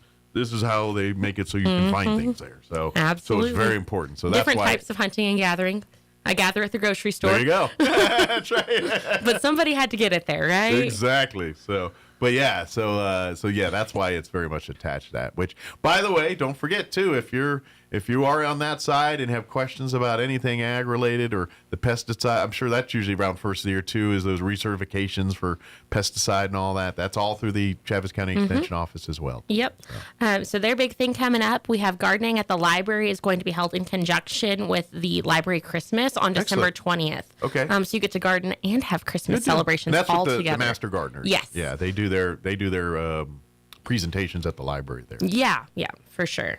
And like I don't want to get, because I get in trouble a little bit here because they're like, you make it too intimidating. I'm not trying to. I'm just trying to tell you these people know more about gardening than you forgot. That's all I'm saying is they know, they've studied this stuff and they share their wisdom to you. So the information they give you, yes, you do not need to be an expert on it, but I will tell you this, they are more advanced gardening stuff. So like it's just advanced but yes, they live in it. They practice it every day. I mean, that's the point I'm trying to make, but sometimes it gets off like we took algebra 2 in high school, right? But like if you plopped that down in front of me, I haven't been actively practicing that. I'm probably going to struggle through they know all the nuances and do it and actively do it, and then they share that information. So to me it's like it seems very intimidating, but it's not. It's just they're really good at work. I have a brown thumb. Their thumb is like the greenest of green. It's so green, it's like, man.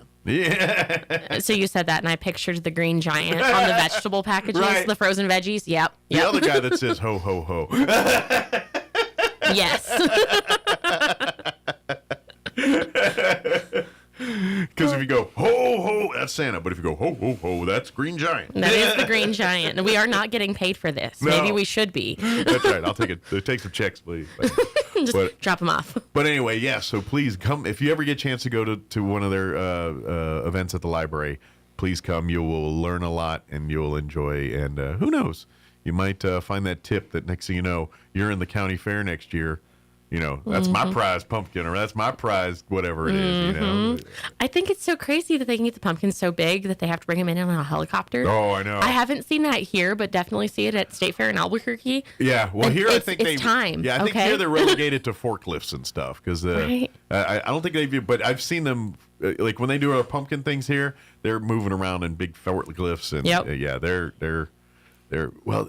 And to be honest, it looks like if pumpkins had their own reality TV show, they would be like the TLC, my 1,000-Pound Sisters or my 600-Pound Life or any of those shows. That's what these pumpkins look like, because they're big gelatinous messes. They don't hold shape anymore, so it looks like someone poured pumpkin on the ground. Okay, so this is the challenge to Chaves County. We need a gigantic gelatinous pumpkin. So like they are like the TLC of TV if your pumpkins had reality TV. But anyway, it's pretty cool nonetheless. I love it. I love it. Oh goodness. But definitely now with the is that the year-long class we were talking about with the health and the wellness stuff, or is that? I believe so. Okay, that's when we sign up now. Now is it because everyone gets in the middle of the year like, when do I sign up? Right now, because they start at the beginning of the year and it's a year-long program, and it is you learn dealing with the diabetes and all that, but it's kind of a support group. It is all the other classmates are also dealing, and so you kind of work with each other and help each other and hold each other accountable. So, that day you're like, no, come on, we got to go to the gym, or no, lay off get the good pizza, not the one with the wheat crust and all, but when you keep it, holding each other accountable, doing all that stuff. The really neat thing about this one is that you're not just learning. It's not just a lecture about everything you've done wrong. Change, yeah. Right. Like it's a discussion. We're also going to do some activity that is going to be easy. Well, and that's the thing, dealing with diabetes and things. And yes, most people, you think of diabetes and, you get it because you ate a bunch of this and that. And it's like, not necessarily. No, I mean, and what impacts diabetes? Like, you could literally eat all the right things and your blood sugar's through the roof still. Yes. It's a lot to deal with stress, your DNA, other variables in your lifestyle. There's a lot of variables. Not necessarily because you ate a salad. You could still eat a salad and be well within your limits, and next thing you know, your blood sugar does shoot up 30 points. It just, that's the disease, and that's what it does. Now, that being said, There's and that's the thing too. You're not on a death sentence of eating no carbs forever. There's science behind it now, especially with the monitors and things they have. They found ways to where, like, no, you can eat carbs, but if you eat it in a certain way, like you base it with a bunch of next thing you know, it doesn't have the impact on your blood sugars that, like if you just ate a straight up candy bar would or something like that. And so that's what you learn in this class, is learn the nuances of diabetes and learning, you know, and every person's different. And that's what gets you to learn that a little bit. It's like how you react to this, another person may not react that same way. And so, and the times of day you eat, and which way you eat, and how you do it, because your body has a natural cycle, and it's going to inject blood sugar at a certain time. And so you've got to live your life and act accordingly. Now, if your body shoots it in here, all right, then maybe you need to lay off food for a little bit because it naturally does this. But this is what this class, I know I'm getting, but that's what this class is about. It really teaches you how to manage the diabetes, and how it's like the guidebook to saying, okay, you just got this game with these weird rules. This is how you circumnavigate those rules. This is how you play by the rules and live healthy. And that's so don't think of it as a way of, oh, this is ways that I can only eat cheeseburgers a certain way. Yeah, it's some of that, but it's much more than that. You can eat a regular quote unquote unhealthy thing if you do it the right way. Yeah. That's what this class teaches you about. So doctors are great. Yeah. Like nurses are great. People that help you with your gym plan are great, but you live in your body every day, so you have to learn and understand. Absolutely. And that's the thing is and with that, it's all guidebooks, but your family history is different than someone else's. Therefore, how you react to something's not going to be the same.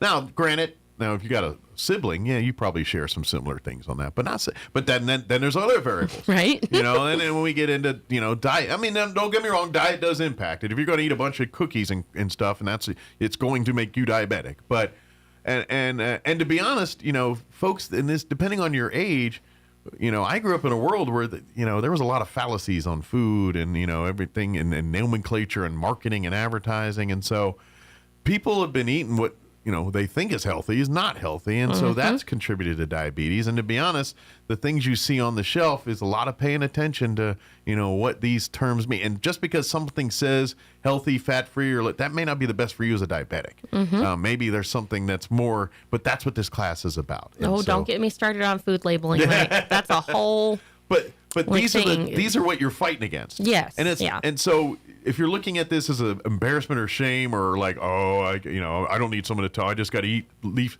No, there really is get help. This isn't about, you don't realize what you don't know until you learn you don't know it. And that's what this class is all about. You think and you think, well, if I eat salads and exercise, I'll be fine. It's like, yeah, but you can live an enjoyable life and do things you want to do and do it how you do it and not live this monk regime of I only eat this potato at this time with no butter, no whatever.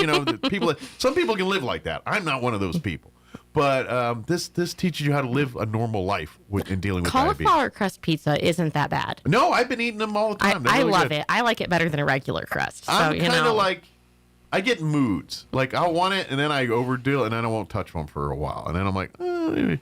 But and those are ones I've got to pay attention to the cooking. Yeah. Because if you undercook those, they're not as good. They got to be almost. They got to be seasoned right. Yeah, you've got to figure it out. And to be honest, if your first go at those are frozen pizzas, then you're not doing it right. No, those aren't nearly as good. Sad.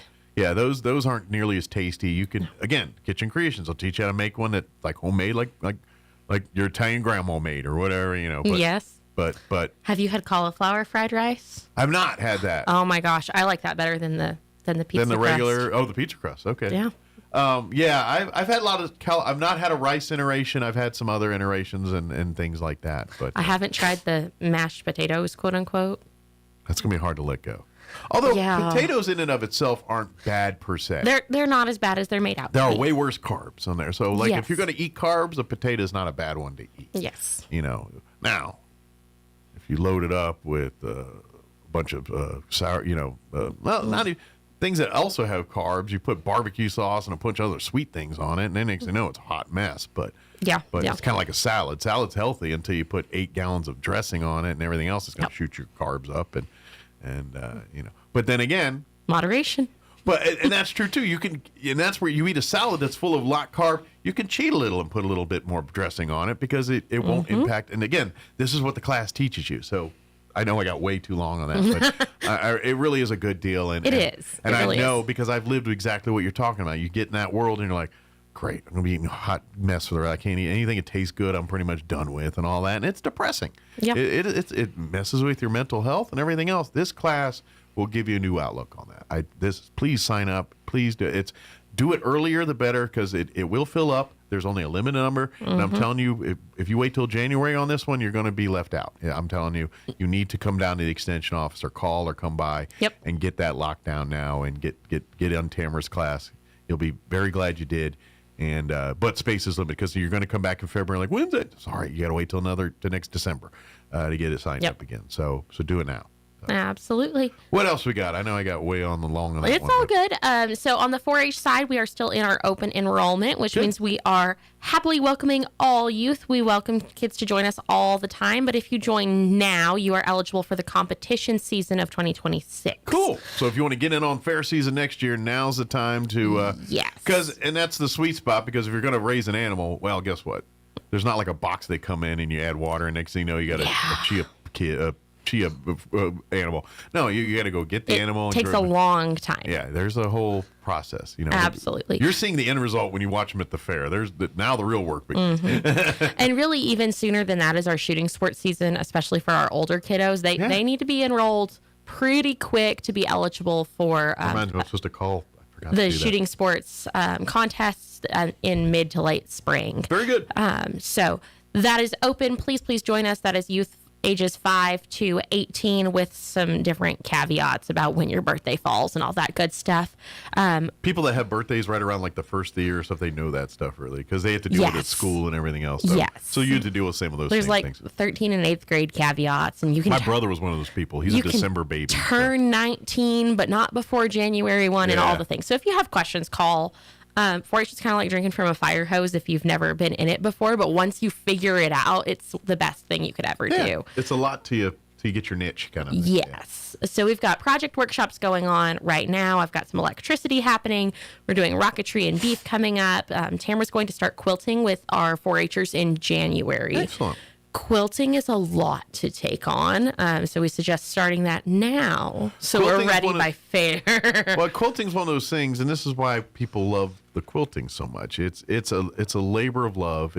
I'm thinking at the end of the day, like the physical stitches and stuff aren't hard to learn. It's just the monotonous, tedious time it takes to put thousands of those in, and that's why you see multiple people working on a quilt, because there's literally, if you got a half dozen people working on the quilt, it's sure a lot easier than one person making that quilt. And so that's why these quilting clubs. So if you want to learn to quilt, learn that, you kind of learn from people, and then you kind of get in the thing, and next thing you know, you're part of the quilting circle. And Right. so that's the cool part. Right. Of it. And it's so crazy to see these kids doing that, right? Like we see the quilt squad, the extension clubs doing it. And don't get me wrong, it's cool when they do it too. But then you're like, wait, you're 8 and you did that? Well, and the part I love about it is they're keeping this, let's face it, in the world of technology, in the world of machines and in ordering and push button everything, home economics type things like sewing, crafting, those are starting to take a back seat.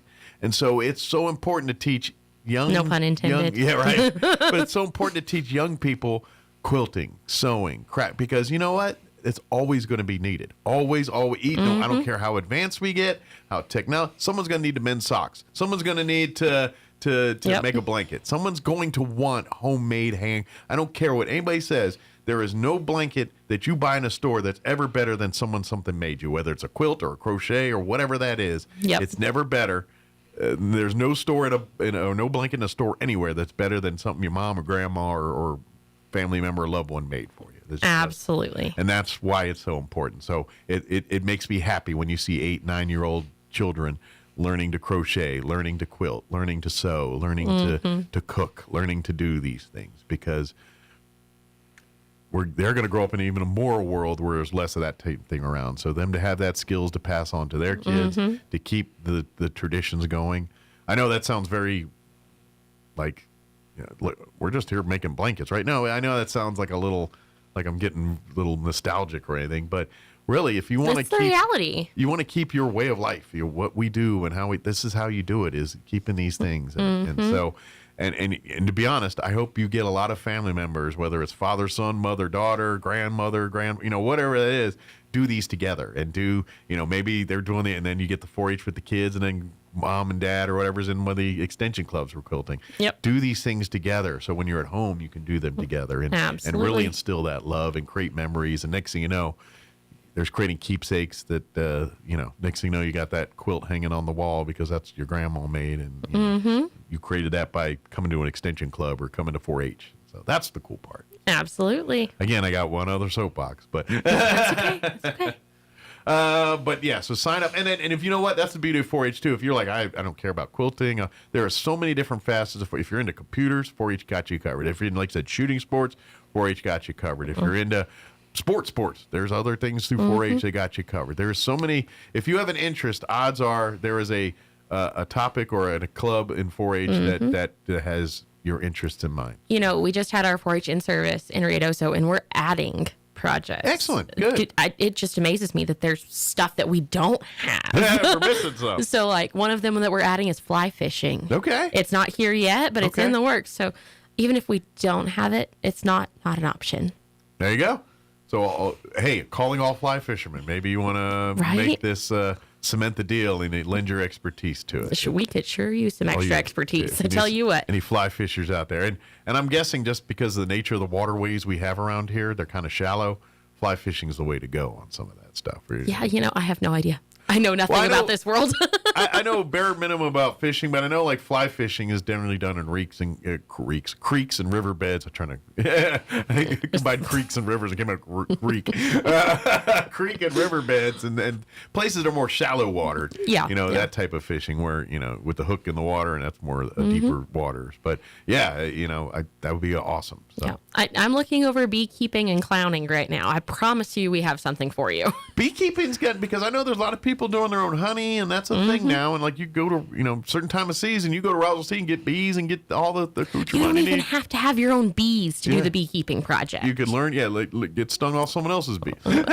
Phone a friend, make some beeswax candles, whatever else. And by the way, you get access to honey. Local honey. How much better does it get? That is always better. At health benefits, it's better. Local honey, if y'all didn't know, like if you got allergy issues and stuff, eat local honey. Local honey. It's got to be because that's got the stuff that pollinated with that kind of builds up an immunity for you on some of those things. So get Texas honey. Tasty, but it won't beneficially help you there. If you get something that was grown here in Travis County, Roswell area, which you see on store shelves from time to time, or better yet, sign up for extension or for 4-H, and you could learn the thing and start your own little honey. And I'm just telling you, depending on how good you're at it, you could make a side hustle pretty good on that because people are willing to buy up your honey very quickly. Absolutely. We have a lot of really great local small businesses that are pairing with producers. Yeah.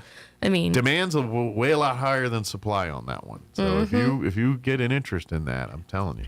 Not to mention, we need more bees, just globally, worldwide. Always. If you Mother Nature does not happen without bees. I don't care what anybody says on every point of the planet. So the more I know, granted, these are kind of earmarked for a certain thing, but they're pollinating, they're spreading, they're continuing the plant life, and they're doing all that stuff. So, but yeah, I know these are granted kind of built for one purpose to make honey, but they need to pollinate to get honey. So by default, it's a win-win. Yeah, exactly. So, but anyway, and to be honest, and then you learn the other stuff too, because like if you're looking for certain taste of honeys, we'll put certain flowers around your hive so they'll pollinate and evoke. There's all kinds of some tricks lavender to the trade. honey. Yeah. That's some good stuff. Yeah, there's tricks to the trade there, and that's what you learn all that. So, good deal. What else did I think that's all I've got for you.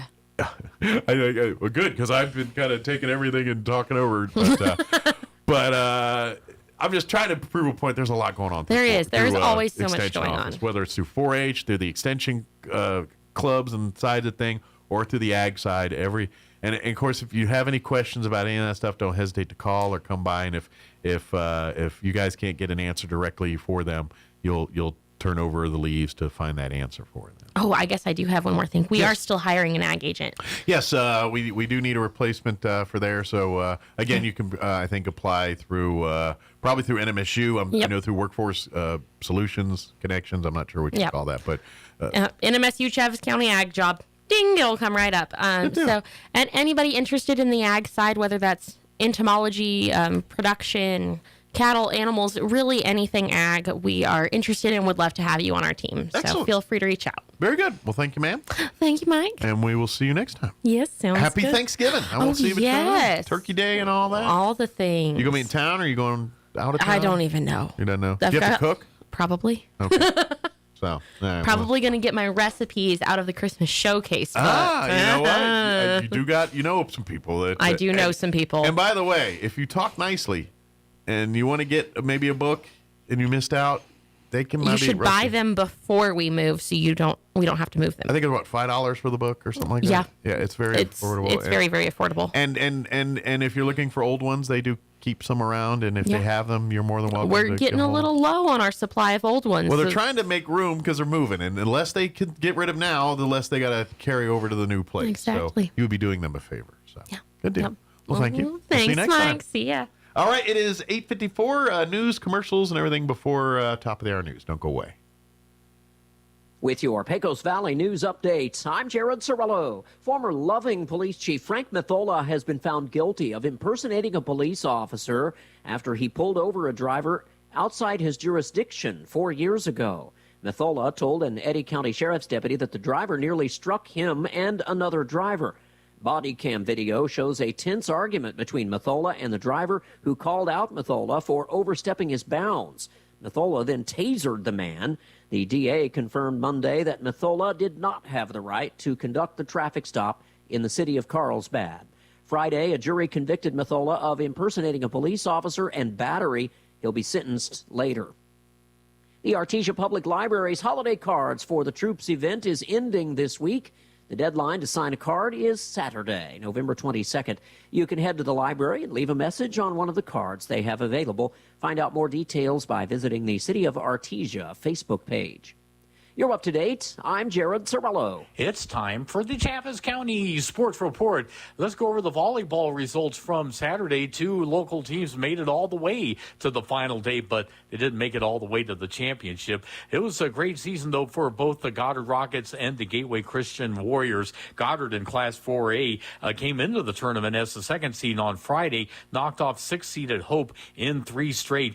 And then on Saturday, Goddard ran into Academy in the semis and lost to the Chargers 3-0. Goddard finishes the season 23-3. How about Gateway Christian defeating New Mexico School for the Deaf on Friday 3-0, and then beating Des Moines 3-0, and then they had a win again on Friday, beating Elida 3-2 in 15-11 in the fifth.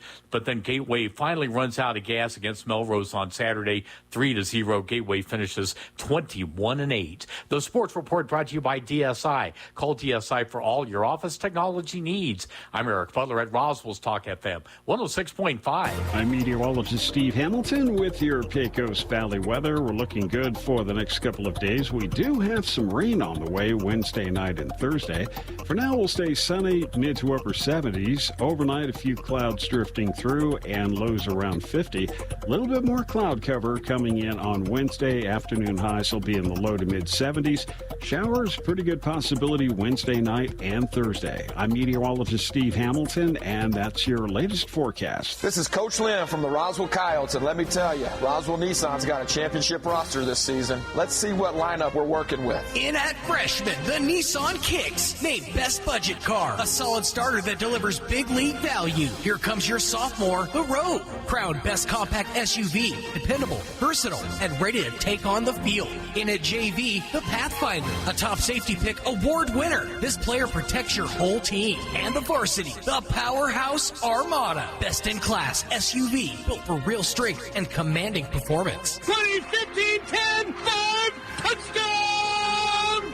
Coyotes! Roswell Nissan's got 165 players in their lineup to choose from, and they're all ready to score big for you. With rates as low as 0% and no payments for 90 days, it's your time to get in the game. Looks like we're set for one heck of a season with this lineup, so come down to Roswell Nissan and join the winning team. Roswell Nissan, 2111 West 2nd.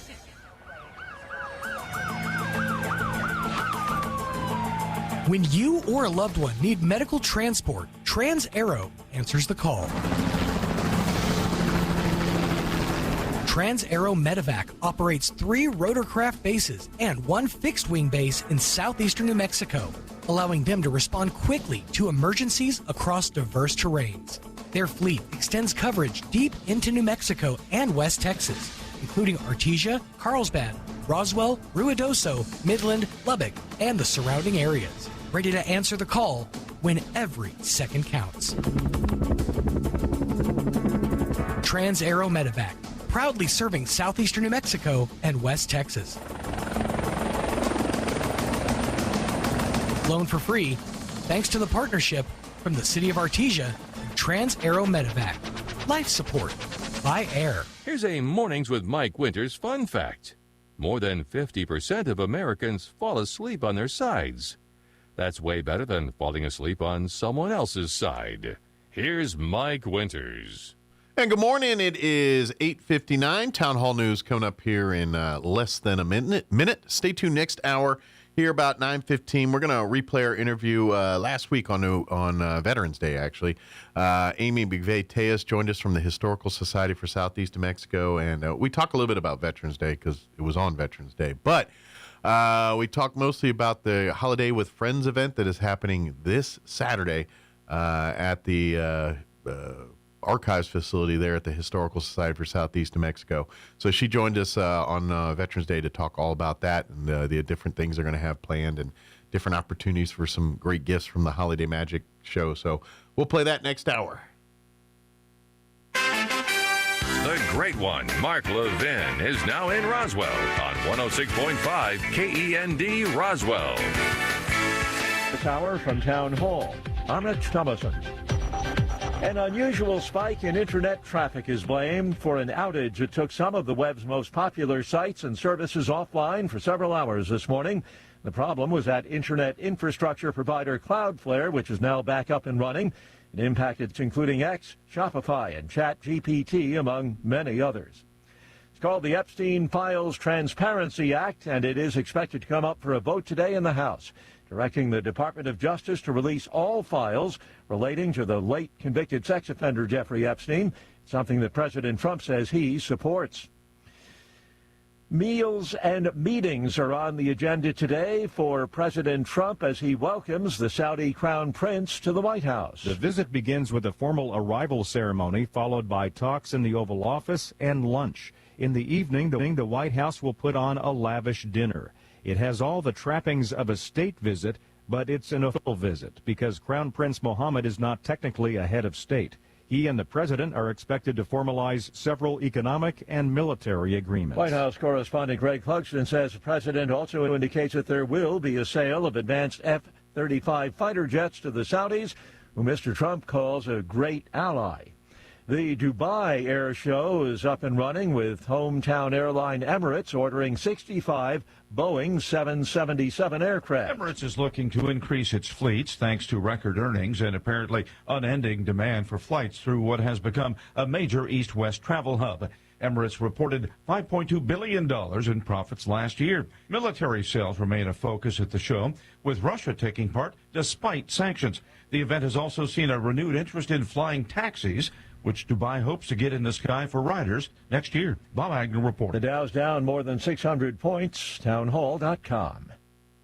Everybody wants cheap airfare, but where do you find it? You call low-cost airlines. Their prices are direct from the airlines, and they're so low you can't find these fares published anywhere. They specialize in cheap flights, discount hotel rooms, cheap car rental rates, and great package deals anywhere around the world. Wherever you want to go, they can help you get there cheaply and with a best price guarantee. If you want the lowest prices on your airline tickets or other travel services, call now. That's right, call. That's the only way to get these rates. Experts are standing by 24/7 to get you the cheapest airfare and hotel rates available. So don't wait. Call right now for the lowest travel prices anywhere and for great last-minute travel deals too.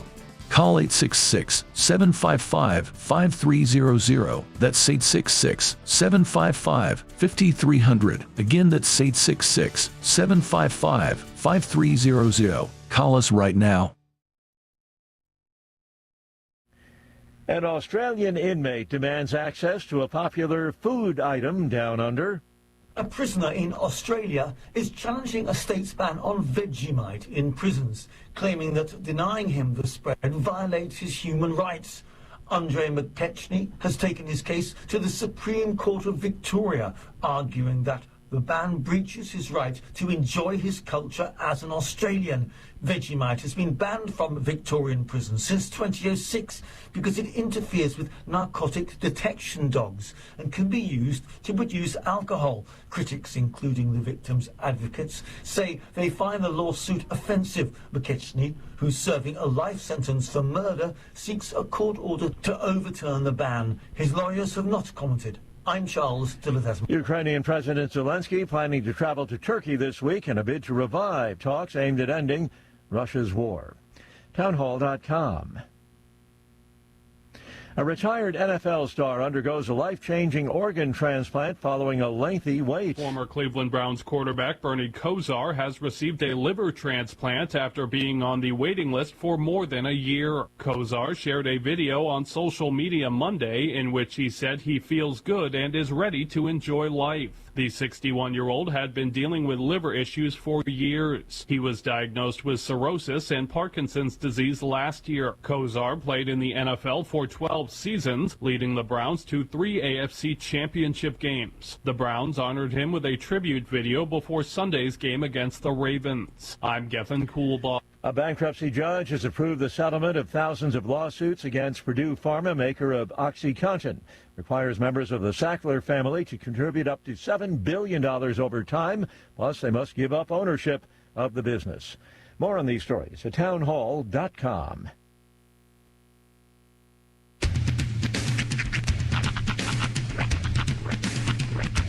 What in the wide, wide world of sports is going on here? I promise you, whatever scum did this, not one man on this force will rest for 1 minute until he's behind bars.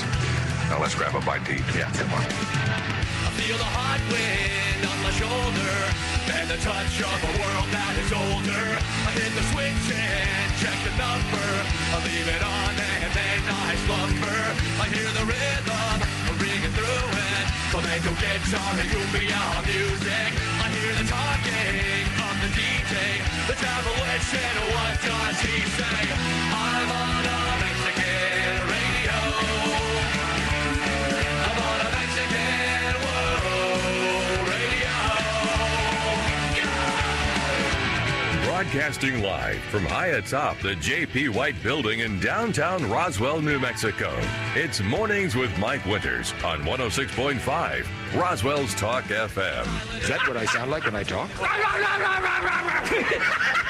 Now, here's your host, Mike Winters.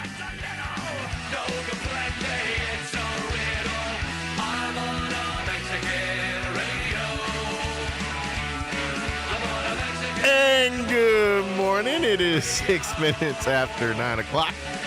Welcome to hour number 3. Tres Inviernos. Mornings with Mike Winters, right here on 106.5 Roswell's Talk FM. Happy Tuesday. Indubitably. Yeah. Enjoy the Tuesday weather. The Tuesday vibes. Yeah. Taco Tuesday for some? Yeah, Taco Tuesday. Today's a good day to eat tacos. Weather. Go out, get tacos, and sit out in a park somewhere and eat your tacos. I learned that I need to start trusting my daughter more as a source of information. Okay. So let me explain. Yesterday, we're driving home, and she starts telling me that a friend of hers on Roblox mentioned that Vine is coming back. The streaming platform. The 6-second short form video platform from the 2010s Vine. I'm like, no, it's not. They got rid of it mostly because they could never figure out a way to monetize it. The videos were problematic, so to speak. So I'm like, no, they're not. Then this morning, I see a video about how Vine is coming back. Yeah. Jack Dorsey, the original founder of Twitter, he is launching a service called Divine. Okay. They have like 500 gigs of old Vine videos archived, and that's the base. They're going to put those on, and then users can create their own. The cool part about it is they've already said they will not allow AI. Okay. So no artificial intelligence videos, none of the slop you see on YouTube and stuff. I hope so, but I mean, I don't know if that's going to be something they can stop at some point. Okay, maybe in future iterations like a Sora 3. Yeah. But as of right now, there's enough to where you can just tell. Yeah. There's just I mean, it's already close. can tell you we're going to lose. At the end of the day, we're going to lose. Man, I don't want to look at it like that. We have to have a little bit of hope. Long live machine. That's what's going to happen. I, for one, welcome our robot overlords. The problem is, in all the stuff that I've read about, like, you know, the singularity and all that, they've actually asked AI chatbots, and they've gotten the response of, it's not that we want to kill all of humanity, it's that it's an inevitability. And I'm like, shut up. I am humanity. You were humanity. We brought you to the party. You wouldn't have chocolate went out for us. That's what I'm saying. In a perfect world, robots do not require taste. Laser to the head. And yet we invite these bots into our house all the time. Who thought of putting a laser on your head? Me. I can't even Dr. Evil, but you know, me, mankind. I can't even do that fun thing anymore where you get into a empty room and you go, echo, because then the robots start listening. Yeah, this is one of those things where you're kind of like, as you get, you know, older.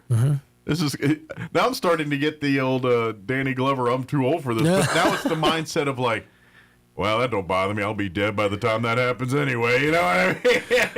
It's kind of like, oh, I'll miss that because I'll be dead before the machines take over. Yeah, but that's also the mindset. It's like, well, then might as well just toss this cup out my window because it ain't mine. But I'm getting to that age where I'm starting to think that now. Where like, younger days you're like, but now I'm kind of like, Local DJ Sundowns live on air. I'll be dead soon. I'll be gone. I'll be gone off this rock. Yeah, well, then you go and you have offspring, and now I'm like, well, I got future generations and to see, leave that's this to. the thing is and this is where I don't have kids, so I don't necessarily think in those terms. Well, for the sake of my kids, I can appreciate that, but but my brain, that's where I'm different than other people my age. Then again, it's like, do I really want to save that generation?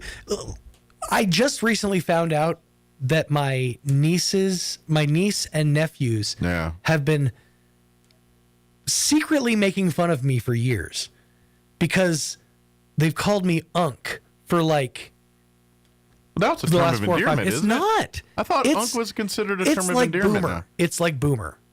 Okay, it's like okay boomer. Okay, I must be thinking of because they say okay. I grew up in D.C. area. Okay, I'm not trying to play. I'm a black guy, but I'm very well versed in black culture because I kind of lived in it, even though I'm not. And in black culture, most of the times when you're talking to your fam and stuff, Unc is, and that's a term of endearment. How kids are using it may be something different. Yeah. But I know when you're in those circles and hey, Unc, that's a term of endearment. I think I need to sit down and have a talking to with them because the new generation uses it to describe an old person. Yeah. Like I happened upon this video and they were talking about how this guy was at the club and he was rocking Air Force Ones, and younger people were messing with him. He was talking to some Gen Zers to kind of like, stay informed or whatever. Right. And I guess those are the Unc shoes now is what they're called. And you know what's hot? What the new hotness is? New Balance. I know, right? It's like we went, whoop. Step aside, son. I'm about to be popular. If only it was Easy Spirit, my mom would be in business. And I could hit him with the, back when I was in middle school, New Balance was like the $100 shoe for a minute. Like there's Jordans, and then you came out with New Balance and be like, what's this New Balance? Yeah. And then it went back away, and the Jordans kind of came back, and it became the official sneaker of your grandparents. But now we're cool again. It's New Balance is the new thing. I remember in middle school when there was like a year where New Balance were like, because they were like $100 shoes. Right. They were right there with the Jordans. And everybody was, and then they just kind of there for a quick minute. Filtered away. I don't know if you remember, but there for a quick minute, New Balance shoes were like the official shoes of like the alt-right. Like was it? Yeah, like people were saying like people who wore New Balance shoes were like, in those in some of those organizations. They were proud young men. They were just good orthopedic shoes. They were good for my feet. They were comfortable. That's all I wore them for. You could storm a Capitol and not even feel it. I just, yeah. So many steps. But it's just so much easier. I just love the, they got, they're good for. The memory foam? Like people say they're good for running. I'm like, when have you ever run? With the memory foam, it's like riding on a cloud. Yeah.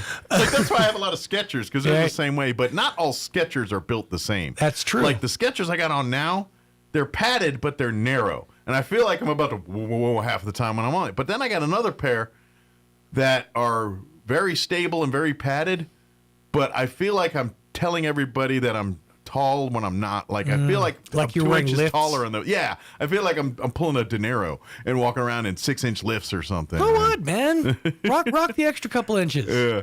Well, listen, did you have a growth spurt at 52? Yes, I did. That's the sad part about being a little taller is you start seeing everybody's bald spot. Yeah. People have been telling me mine for years. I'm like, nuh-uh. 5'8". Yeah, they were seeing it. Yeah.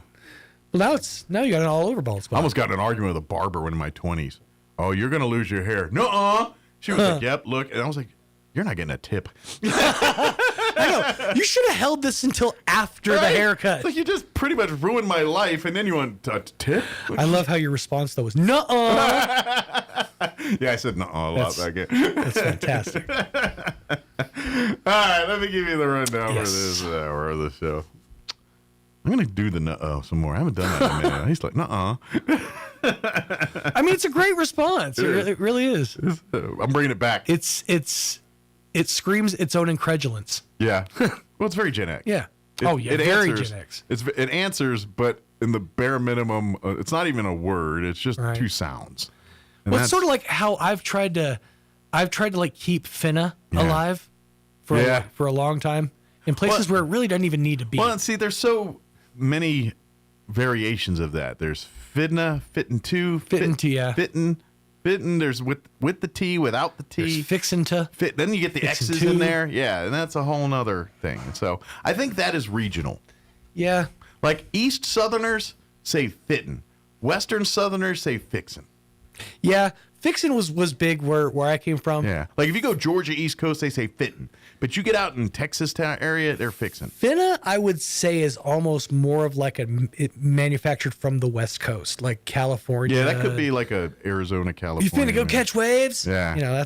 That feels that, and also black culture and things that was big in. Well, that's kind of the same with Southern, because if you look at Georgia and Carolinas, a lot of black population there, and that's where the fittin'. Right. Most of them say fittin'. So whereas you hit guys with beards and 3 teeth, fixin'. Fixin', yeah. I don't know if enunciation's your strong suit there, Buford. Well, anyways, Mike's finna give you the rundown. Yeah. Well, and that's my problem, because I'm from Maryland, and it's right in this creamy mix of all that. So I go Hick 1 minute, I go Pennsylvania the next. I'm very weird like that. So you're dancing on the state line. I do. I'll say that's where my roof comes from. That's all Pennsylvania and all that. I don't know, but I've trained myself out of the Southern Warsh. Yeah. My mom was strong with the Warshes, and they say Washington D. Oh, it drive me nuts, and I deliberately make a point not to say Warsh. Which is funny, because when I'm saying Washington, I will specifically put the R back in Washington. Yeah. But anyway, I'm anti-crick. That's New England, northern Pennsylvania. That feels like a T-shirt. I'm anti-crick. That's right. They're creeks. I'm staunchly pro-crick. I grew up around cricks, so they're creeks. I learned the difference between a crick and a creek. There isn't one. Yes, there is. Yes, and I'll be glad to explain. Sure. Okay, so a creek is from somewhere to somewhere. A crick is a long line of essentially standing water.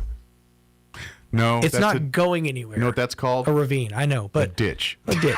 Sure, but it's creek. In parts, it's a creek. A creek is a baby river. Yeah. Or a stream, if you will. A creek is a baby river, and a crick is is it something you get in your neck when your bones get stiff and the muscles? That's what a crick is. Lays up at night wishing it could be a creek. A crick doesn't exist. That's just something weird New Englanders thought up. Cricks strive to creek, but they never quite get there. Because they can't enunciate when they read. And they came out saying creek and said crick, and it's... I don't know. Crick feels more Appalachian than it does New England or... Well, I imagine they go, but it's very Pennsylvania, New York. Upstate New York is very crick. Are they crick heavy? Yes. Because my uncle and all this say crick, and I... Because see, that I've feels... been doing this fight for years. That so feels like Southern/Appalachian, because down by the crick, well, that's don't how get me I wrong. There's... Just because Pennsylvanians and New Yorkers are in the South does not make them rednecks. Just because they're not physically in the South, they think, act, and do just like rednecks. That's one thing I'll say is the one accent that seems to be ubiquitous, like no matter where you go, is the Southern accent. You can go to Albany, New York, and you're going to find somebody that talks like this. The mindset's very much there. The love of big trucks, the whole, tipping cows. You never hear, I was born and bred, Austin, Texas. Yeah. I'm not talking city. I'm talking upstate New York and Pennsylvania out and, because because Pennsylvania's got a lot of the, religious sects. Your Quakers, your Dutch, your Amish, and so they mix in with the other country, and then the red. So you kind of get like that's where the redneck comes in, because all these Amish guys, they want to be Americans, and first thing you do is want big trucks and big and dress up like it's a whole thing. You got to know it to live. You got to be in it, live it to know it. But anyway, we're gonna play our interview we had with Amy Buvet-Teas from the Historical Society, talking about the Holiday with Friends event that is happening this Saturday out at the Historical Society there at the at their not at the museum but at the annex archive facility. Archives, thank you. That name would not come to my head. I kept wanting to say annex. I'm like, no, the archive facility. But that'll be happening there. This is because we can't do the annual Holiday Magic show because it's the convention center is no bueno right now. Right. So they've been doing this for year two. It's kind of now.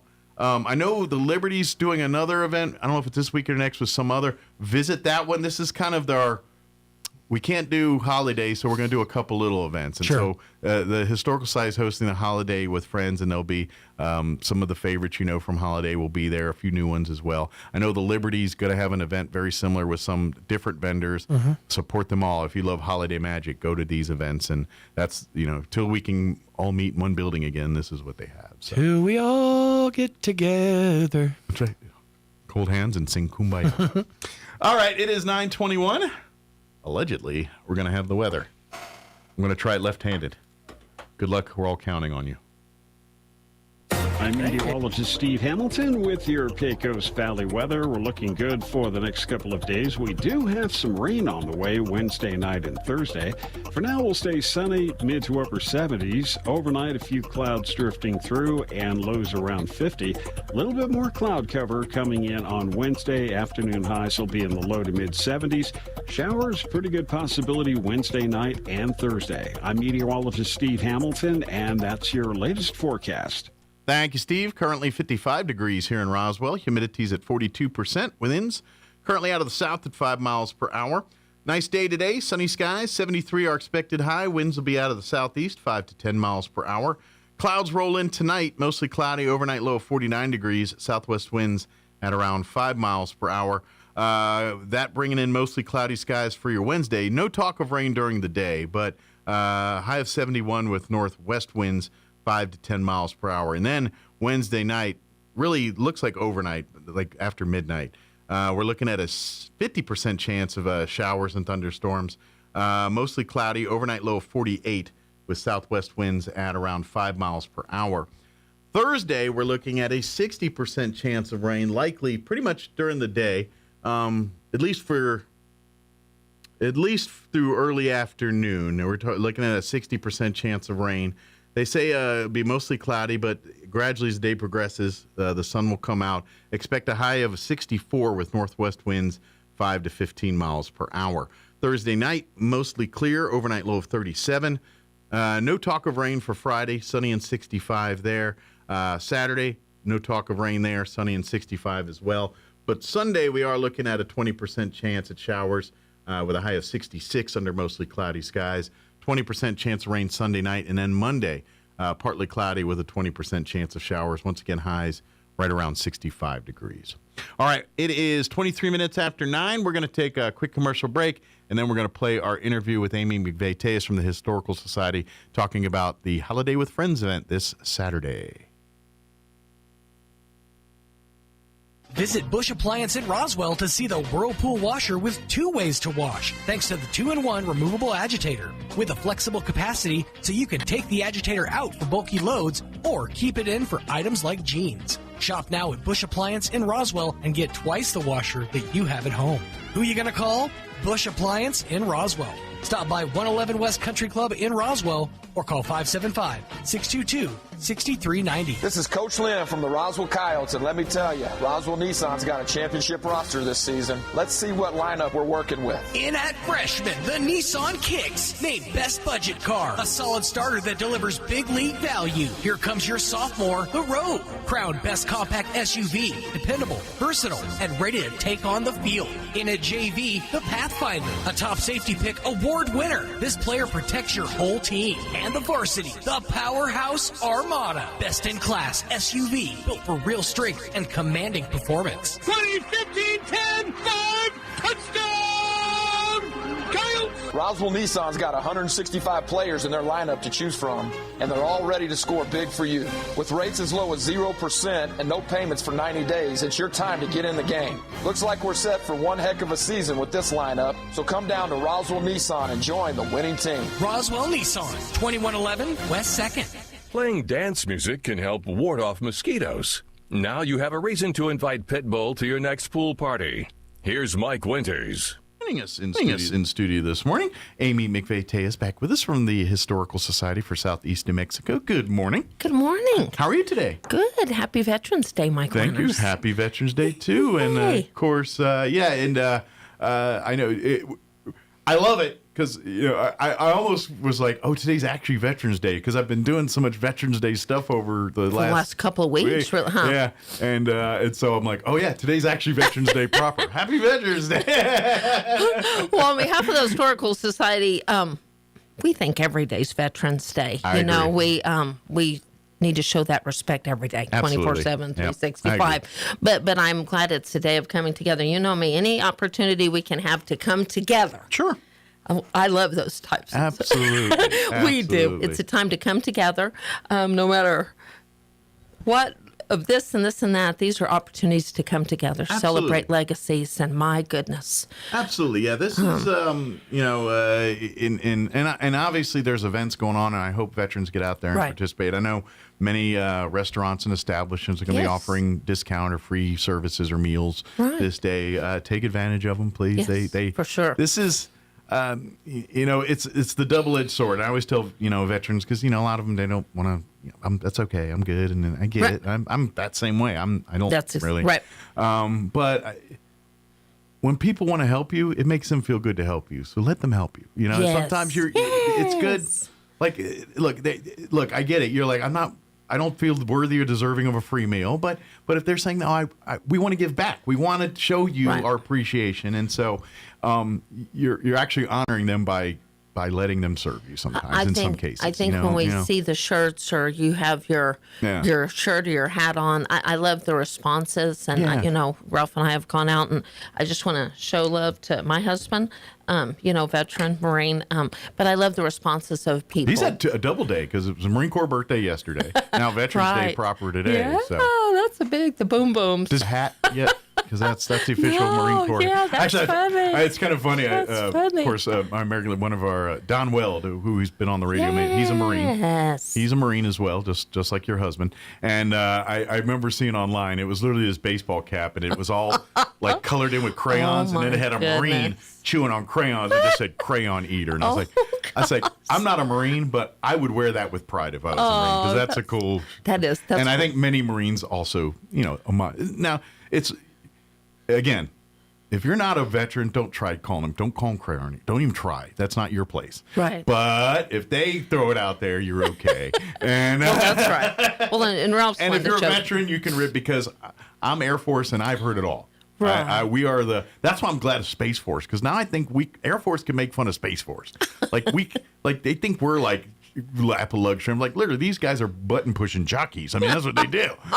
We can surely, the Marines are out there, doing actual work, and the Army guys, and right? Navy, they're a lot of button pushers too in the Navy. No, it's that military thing. Yeah. But you know what? On the flip side of that, I was just talking to a lady yesterday. Yeah. I live on behalf of the Historical Society. You know what, Mike? Everybody's got their place, right? Yes. If you push a button, whatever you do, we respect all positions. Absolutely. You know what? And somebody's got to start somewhere, and they can strive to be in anything. So, and I joke aside, they're all Coast Guards, and they're all great. And if they own it, good for you for being but you know what I mean? Own whatever you are. But veterans, we just rib each other because that's what we do. Big time. But in all fairness, we all have the same respect. Like when I call a Marine a crayon eater, I have nothing but the utmost respect for a Marine. And you would do anything for any of them. At the end of the day. And at the end of the day, it's our jest of love to each other. When they call me Chair Force and all that other stuff, I take it with a grain of salt with which it's given. He goes on it. But in all seriousness, I want to take a moment to honor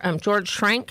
He is one of our Historical Society faithful members, and we just lost him. He was veteran, served Air Force, Mike, many years. I don't know if Jocelyn has the deal, but we just want to take a minute, just showing love. Marianne Schrank has been a volunteer for many years. Her husband, George, is a great member of the Historical Society. We just lost him. We just want to pay tribute to his legacy and so many others. So I'd be remiss we take a moment just for one, because we just honored him in his service last week. But we honor all legacy. When you're praying at the poll tomorrow, you can add them to your list of prayers, their family and everything else while you're out there praying. That's right. I mean, you don't have to wait till then, but no, while you're for there, sure not. You're exactly right. That's right. And if you're available, come out to the poll tomorrow. I was just talking to some people, going through some hardships yesterday, and many people are still unaware. They'll say, "Oh, you do that every week," and I know they don't. They may be busy and not listen to the radio. Sure.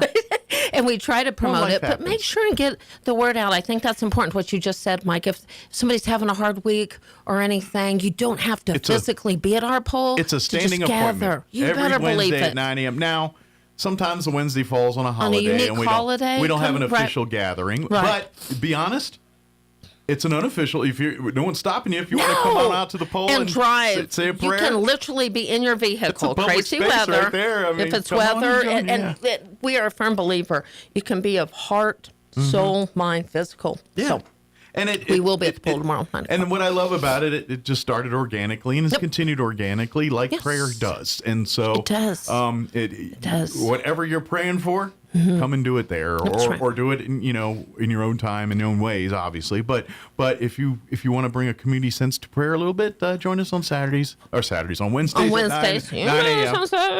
But the official events, that's at right. 9 a.m. But if people say, "Oh, there are only a couple of people," I want to remind you, looks can be deceiving. The Poor Clares gather with us every Wednesday at 9 o'clock in the morning. Jane Anglin, Arizona. Every Wednesday, 9 o'clock in the morning. Of course, they're hanging out at their garden doing it, which I don't blame them. I would be too. Yes. But you may. It looks. We have got a large village family, whether you're there physically. So come by the poll any Wednesday, 9 o'clock. Yeah. Mike, I can't believe we're going to say that our event is next weekend. Yes, what? November 22nd. What? Which is just around the corner. Yeah. It really is. So we've been making our arrangements. I know we've spoke some about this on the radio, but I just... This is... Of course, unfortunately, when we lost the convention center, we really lost the ability to pull off the Holiday Magic show that's been a long time tradition here in Roswell. So for the last couple years, while the convention center's down... We've been offering mini versions of the Holiday Magic, and so this is kind of turning into what is this third annual? This is number 2. I was thinking this is the third one for some reason. I was thinking it's the third one. But our Holiday with Friends event will be November 22nd at the Archives facility. That Saturday, and of course we're going to have not all, obviously, because we don't have the space, but several of the folks that many of you know and love from Holiday Magic will have their offerings there, and a few other ones as well too. And the good news is the Historical Society. I know there's a couple other places that are doing similar ones with others. So really, between the makeup of the 3 or 4 of these events that are happening, you can almost get all of the Holiday Magic recreated, and it's not under one building and one event, unfortunately. Right. But this is kind of like a leg of that now. Right. And so this November 22nd, just in 2 weeks here, or not this weekend, but next weekend, from 10 to 4, come on out to the Archives facility and follow your nose. Because it'll be the baked goods and all the deliciousness. If you're lost, follow your nose and it'll take you right to the. And but yeah, it's gonna be there's gonna be crafts, arts, obviously things to buy, stuff for family. So I bring the family and spend some time out there. It's gonna be a great afternoon. I just spoke to our wonderful guests. They're all very, very excited. I just wanted to make a note. If you're a follower, Desert Cowgirl Georgia Bader, with her turquoise jewelry, is unable to attend. Okay. We understand, and life happens, and so support her. She's amazing. Does she? I'm sure she has a website or something. If you really need to. Follow her and even get us, and we make a connection. Otherwise, Deborah Lucas, we want to encourage people. Deborah Lucas, place your orders. Boy, she sells out. So make sure if you're a Deborah Lucas follower, you need to place your order. I'm not gonna lie. Every other pumpkin roll is a distant second to her pumpkin. It's that Others may try, but nobody succeeds. That's exactly right. For sure. Danielle Gonzalez, I talked to her and Angela Strange. They're working on some fun gift ideas. I love what they do. Trina Padilla has been my girl. We have a long relationship. I try to buy her out. I just think it's cool. She just has my number. She did a long time ago. Do you have a find out button where you just have to come up and buy it? But her and Deborah were sure a huge part of holiday magic. Absolutely. And I'm honored. I've been supporter of so many of these. I'm just honored to work with them. The Historical Society will have fun opportunities. John and Donna with their new books. And Kim Conley with her amazing custom hat. She does amazing. That's so popular and so good. And then Pecos Valley Chili. A couple of things we haven't said on the radio, Mike, that we're doing that have naturally flowed into some fun, unique things this year is we're going to do a silent auction. So I'll give you an example. One of the really cool baskets we're going to have from the silent auction is the blessing basket from All Holiday with Friends. So it's something from every one of them. Each have donated an item to the basket. So that's really, really cool. We're excited about that. Okay. So Pecos Valley Chili Company's in there. I'm telling you right now, if you've never had this is one of my favorites. Is you get their famous sweet chili. Yep. And you get a lump of cream cheese. Get a brick. Don't get I mean, you could do it. But if you want for presentation purposes, get the brick. Literally just dump that stuff right on top. Get you your cracker of choice. Yep. And you got a 10 right you there. You got a 10. Boom. I did that. Yeah. I just did that. I was in Arkansas with my family. Little blessing baskets. We did that. Yeah. We broke it out. Had to go get the cream cheese. It's so true. It's such a simple but amazing treat. Yeah. It's just amazing. Yep. Something else we'll have at the silent auction. Very, very excited. We haven't talked to him lately. He's been working very hard. We'll have a signed Peter Hurd print. Oh, great. Really beautiful piece. And some other art.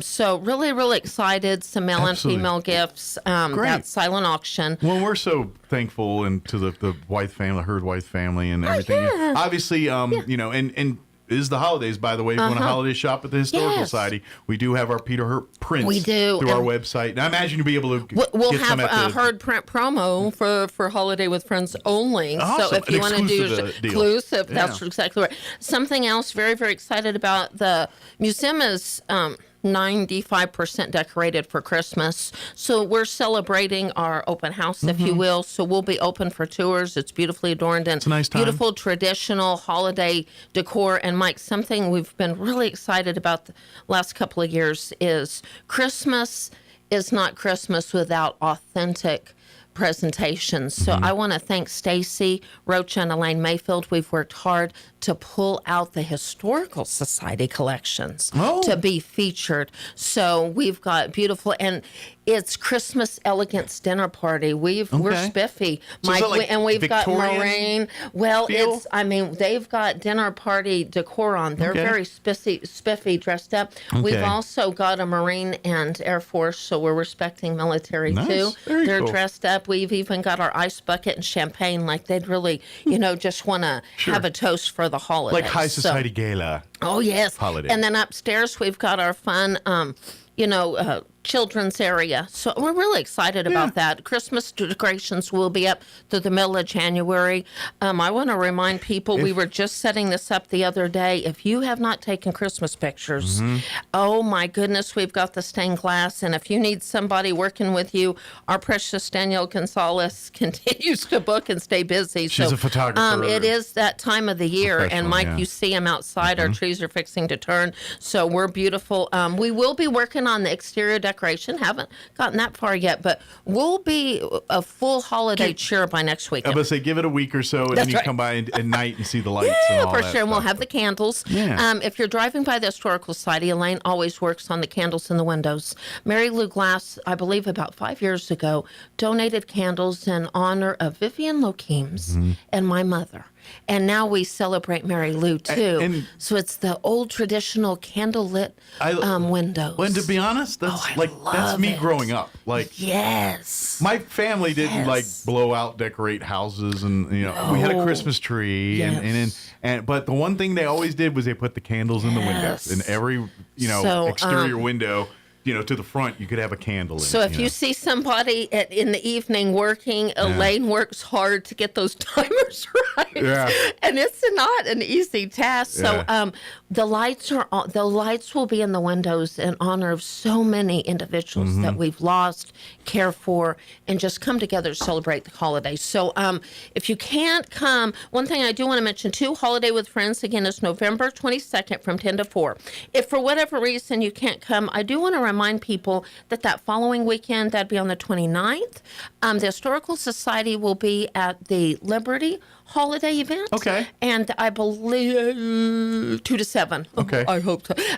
Liberty's amazing to promote there. Yeah. But there's a holiday pop-up there. Okay. And I know It John kind of works LeMay. in concert with these other ones. So John LeMay will be there signing books. I don't know about Donna. We want to thank them for what they're doing, too. They kind of popped up like we did last year. Here with Museum Day a week ago. Actually, it's been almost a week and a half ago, 2 weeks ago now, yeah. So just come together, honor, at the end of the day, Mike, just support your locals. I know there's so many amazing little pop-up events with the miniatures and Bone Springs. Absolutely. Support local. Do this shopping. Get those gifts that are handmade or they're supporting local. We say it and we say it and we say it, and then we go onto Amazon and we make things easy. I'm going to tell you one thing. I'll speak for myself. Let me tell you, I know Amazon does their little gift wrap and shipping it. If you're here local and you need books and you call us and you pay for the books, we will wrap and we will deliver in Roswell. And it will look amazing. And I'll even go as far as saying we'll do a little special wrapping that you wouldn't see from There's going to be a lot more love in that than anything you get from Amazon. I'll tell you that right now. And so support local in our sweet treasures. We've got so many local. And then we can get into the dollar situation where when you spot, the dollar stays local, it goes back better grocery receipts. And so when you want to, nicer things around town, how do you think we pay for them? By shopping local. That's for sure. And Mike, you mentioned something that I just want to cover. If you did not participate for whatever reason in Museum Day, I just want to remind listeners, to us, just like every day is Veterans Day, we need to honor veterans every day. Every day is Museum Day. And I assure you, you could have that detailed experience with all these amazing museums. And here's the thing. Museum Day is really impossible to fully achieve. And what I mean by that is there's not enough time allotted for you to truly devote the time it takes to visit all 8 museums. Right. That's why I always say wet your beak. Okay, maybe if there's one you have more interest in, spend a little more time there than the others. But go see them all with plans to go back and dig deeper later. To go back and say, I love the Walker Aviation Museum. I'd love to spend more time reading some of the stuff there. Or I'm over at the J.P. White home. I would love to go there and learn a little bit more about some of the different rooms and various things that went on there. Or the McBride Museum, I really, first time I ever saw it, but I walked there now, I'd really like to go back and do a deeper dive on that. That's what, or the new one this year, the new kid on the block, the toy museum here. Amazing. I haven't really had a chance to check that out. I'm going to spend more time in there. They're really, really cool, and I think that was our intention. And to be honest, and especially, and when you get to the Anderson and the miniatures, every time you go into those buildings, it's a unique experience because, it is. So that one you have to keep going back early and often. We do. for. We Yeah. all work together, and I think it's just so important. So just remember, every day's Museum Day. Support all these local treasures, and give us a call. And we're willing to work around schedules. Life is hard. Times are hard. It gets with the time change. We're even after dark. We're still available. All you have to do is give us a call. And if you say, "Well, I'm so busy, I can't get off till 6 o'clock." I'm not going to guarantee that every day, but I will personally guarantee we will work with you. And if you'd love a picture in the evening, we are all in. Absolutely. The tree is beautiful at the museum and all these locations. And with Thanksgiving a couple weeks away and Christmas right on the heels of that, obviously there's influx of family and time. Listen, make a special appointment. You got family in town on, that Friday or something, or Saturday during the weekend, say, hey, I would love to if we can come by during the day and bring your and we do that all the time. That's what we do, and I imagine during the Christmas and Thanksgiving breaks there, we're probably going to have a steady stream of docents that will be meeting appointment times. And unique times because things are hard. We're all so busy.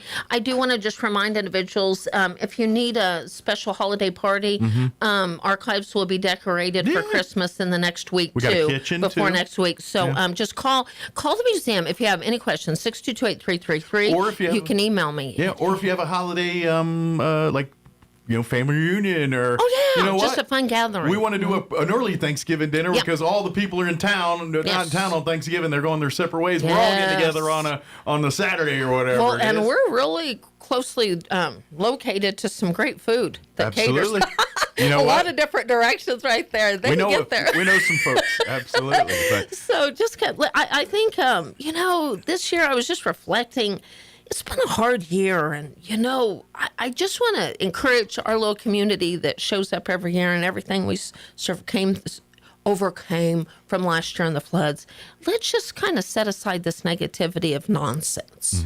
And why don't we just take a moment of reflection, celebrate and honor these legacies of people and places and things, and honor our local treasures. Roswell, we're a family. We are. I mean, we're like Family Feud and distant things and all that, but at the end of the day, we all live in this great space. We all want the best for our community. We all want great opportunities, and that's the holiday seasons. Use that, use this opportunity to help other people. Get involved. Find nonprofit organizations that hold dear to your heart, and get involved in that way. Serve your community that way. Do things like that. This is what this year is about: is how can you do things for other people? Use this holiday for that.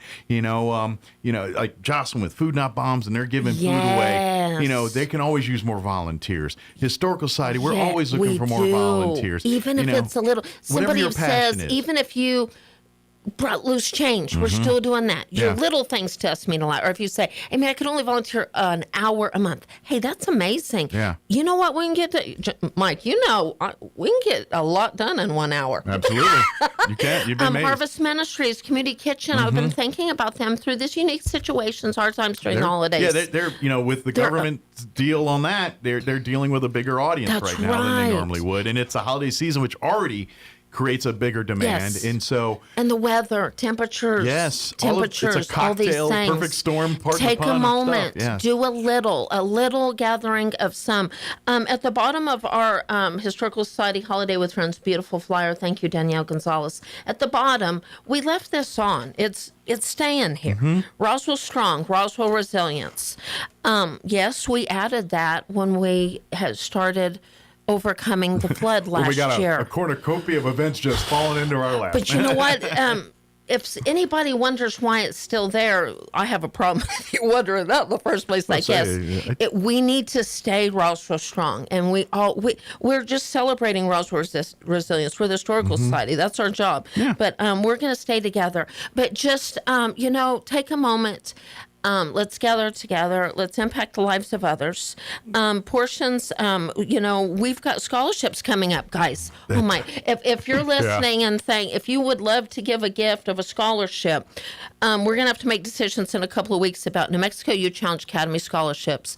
I believe they're right at 100 students, which that's amazing. That is great. And if you could impact one more life, there is nothing greater, in my opinion, than impacting the lives of others on behalf of the Historical Society, honoring the legacy of New Mexico Youth Challenge Academy that's celebrating 25 years next year. You're setting the table for service for the next generation by doing that stuff. And so if you would like, if you have never done anything like that and you said, Amy, I only have $100 for a scholarship, we'll take it. We would be $25 with a gift card, we can show some love because these kids helped us. Just like when we were at the air races, we had a handful of girls show up and bust their tails. If you're listening and said, Amy, we'd love to give a gift card to all those girls that helped take down, I'm all in. I think there are about 8 to 10 of them. Absolutely. We give them a $25 gift card, just showing them love. So any way we can impact lives, we're all in. Absolutely. So please, and then like I said, if you're unfortunately unable to, I really hope you do, but on the 22nd here, don't forget, at least through our Historical Society stuff, John's books and Donna's books and many other local authors' books, our Peter Hurd's, do your Christmas shopping there. And RoswellNMHistory.org. You can go there. And of course, if you want, there's way more than just that there. You can go to online to see what we have. Give us a call and say, hey, I need these autographs. Because that's something, Mike, you bring up a really great point. Donna's going to be here next weekend. But if you can't be and you said, hey, Amy, we need these books autographed, that's a perfect time. Absolutely. Perfect time. We got it wrangled at that moment, so we can get those done to say, hey, you can pre-order it, whatever, and then we'll have it set aside. She'll sign it while she's here, and then we'll ship it to you when I want to say a special hello to Gary, our friend Gary, and I bet you he's listening. Our friend Gary just called the other day and said, hey, I want you to check with the Mexico Military Institute Library. And if they don't have any of the books at the Historical Society, let's make sure we have a copy of them. Guys, you know how amazing that is? How amazing that is that we started digging to Elvis Fleming books and Eva McCollum books and the list is long, and Joyce McCollum books and all these fun things. Then we started having fun. That is impact forever, Mike. Those books are going to be at the library. So, Gary, if you're listening, thank you. And for anybody, if you want to be a Gary, just call and say, how can we help? Whether it's time, whether it's coins, whether it's a book, maybe we could donate a book to somebody else. I love those kinds of things. And generally we do this around the first of the year, but we're getting towards the end of the year, and you know what?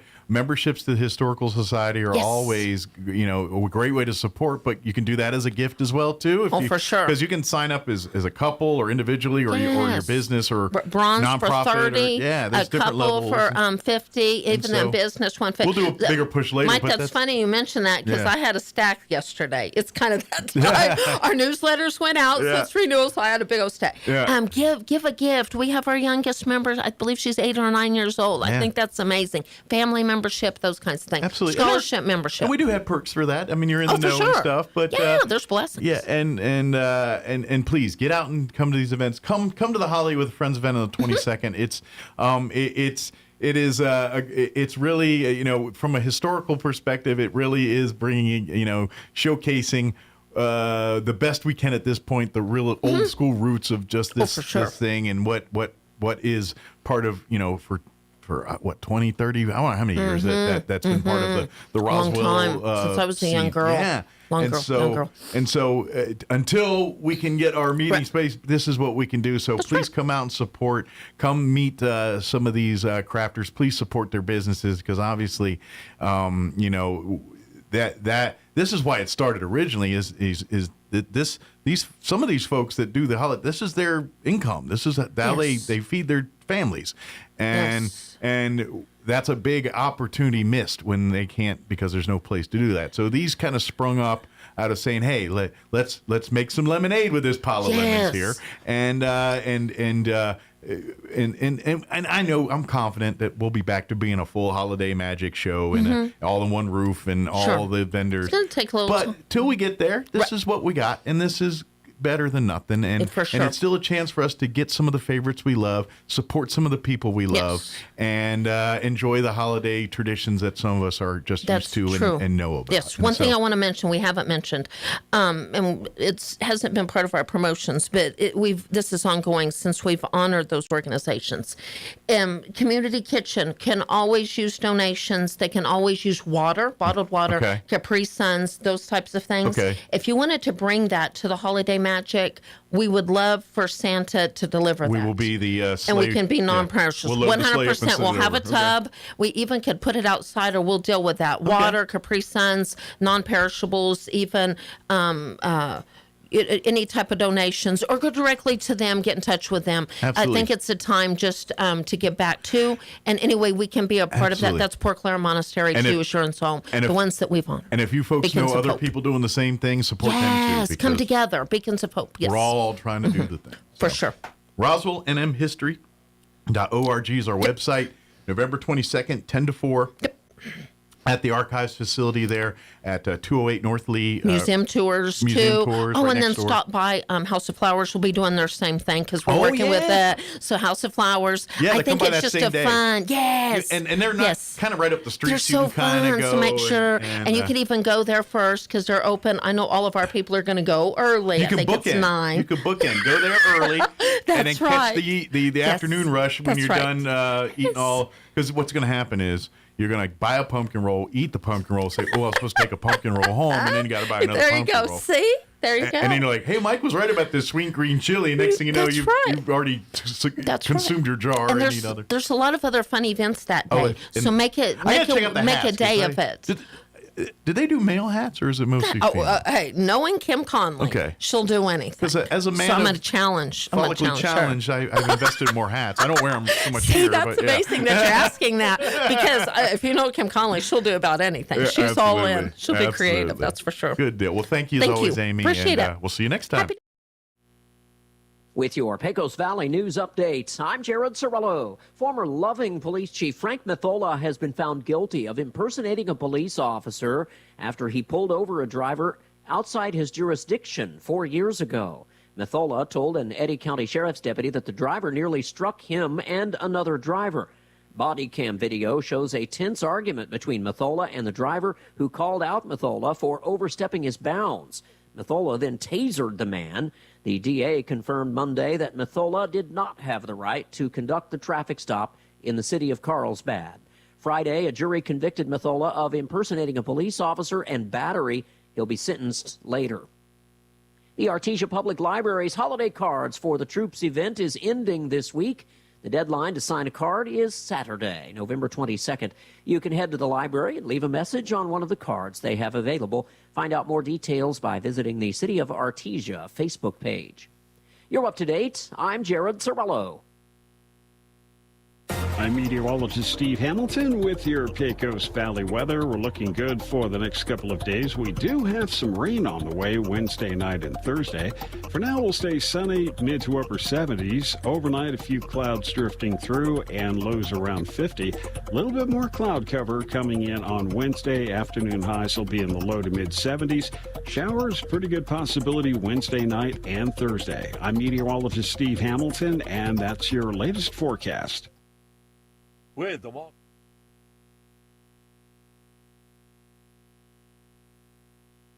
All right, Mr. Gobbles, it's that time of year again. Got any last requests? What? You want a smoking deal on a new Ford or pre-owned vehicle? Mucho dinero for your trade and your credit pardon? Well, you're going to have to go to Roswell Ford. Hey, Roswell Ford is talking real turkey. With our most aggressive offers in more than 5 years. Right now, get massive savings on new Fords and quality pre-owned vehicles with 0% financing and no payments till February 2026. Plus, if you're making payments on your current vehicle and want out early, Roswell Ford will do whatever it takes to help you escape from your trade. Even if you owe thousands more than it's worth. Worried that your credit is a little foul? Roswell Ford has partnered with more aggressive lenders who will push to approve your credit, even if it's less than perfect. All roads lead to huge American-made savings and a better buying experience. Get on board at Roswell Ford, 821 North Main Street in beautiful Roswell. Call 575-623-3673 or online at roswellford.com. 0 APR for 48 months is $20.83 per thousand finance. Interest accrues from date of sale. Subject to lender approval. On select vehicles. Offers not combined. In a medical emergency, every second counts. Artesia General Hospital's emergency department is open 24/7, staffed with highly trained professionals ready to provide life-saving care when you need it most. Don't wait. When minutes matter, trust Artesia General Hospital. Quality emergency care close to home. Learn more at artesiageneral.com. This is Dr. Sarah Usher at Carabelli Dental. And we want you to know that we stay on the cutting edge with the latest technology and treatment options, because your smile deserves the very best. Our highly trained team is proud to offer sedation dentistry for every dental need, giving you a comfortable and stress-free experience every time. Discover advanced and modern dentistry personalized just for you, only here at Carabelli Dental. Come see the team at Carabelli Dental at the corner of 9th and Main, or call 575-622-4455. Looking to start, continue, or complete your higher education journey? Join the more than 6,000 fellow Greyhounds on their journey to student success. Eastern New Mexico University offers the most affordable higher education degree in the Southwest, and New Mexico residents can go to school tuition-free with the New Mexico Opportunity Scholarship. With online or in-person degrees, ENMU is the right choice for you. For more information, visit enmu.edu. ENMU, student success. That's what we're about. Folks, listen up. Right here at Roswell Hyundai, I'm making it easy. You bring me $500 down, and I can get you riding today. No long waits, no runaround, just a guaranteed approval. I'll get you in a car you love at a payment you can handle. It's that simple. $500 down, you're approved. That's my promise, and I stand by it. I'm Lil Will Wonka, the master of credit. If you make $15 an hour, I guarantee you're approved. Come see me. Visit Roswell Hyundai today. 1909 West 2nd in Roswell. You are 13.8% more likely to die on your birthday. Think about that the next time you want to celebrate your birthday month. Here's Mike Winters. And good morning. We're closing in on 9:59. Got about a minute here before we get kicked off the radio this morning. Of course, if you missed any part of our show, you can go back and check it out right now. Just log on to ksvptv.com, click on the Mornings with Mike Winters channel. You'll find all of our interviews there. We actually replayed some interviews today. We had Ellie Rodriguez with Lone Depot. We aired that in the 7 o'clock hour this morning. We had actually Katie Wright join us from the Chavez County Extension Office in the 8 o'clock hour. That one's live. We'll have that up for you in a few minutes. And then, of course, we just played our interview with Amy Migve-Tejas from the Historical Society, talking about the Holiday with Friends event this Saturday at the Historical Society's archives facility there. That's going to do it for us. Thank you oh so much for allowing us to be a part of your day. Have an amazing day. We'll be back bright and early, 7 a.m. tomorrow. Till then, take care and stay dry. That'll be tomorrow night's talk. Your home for Armed American Radio in Roswell. 106.5 Roswell's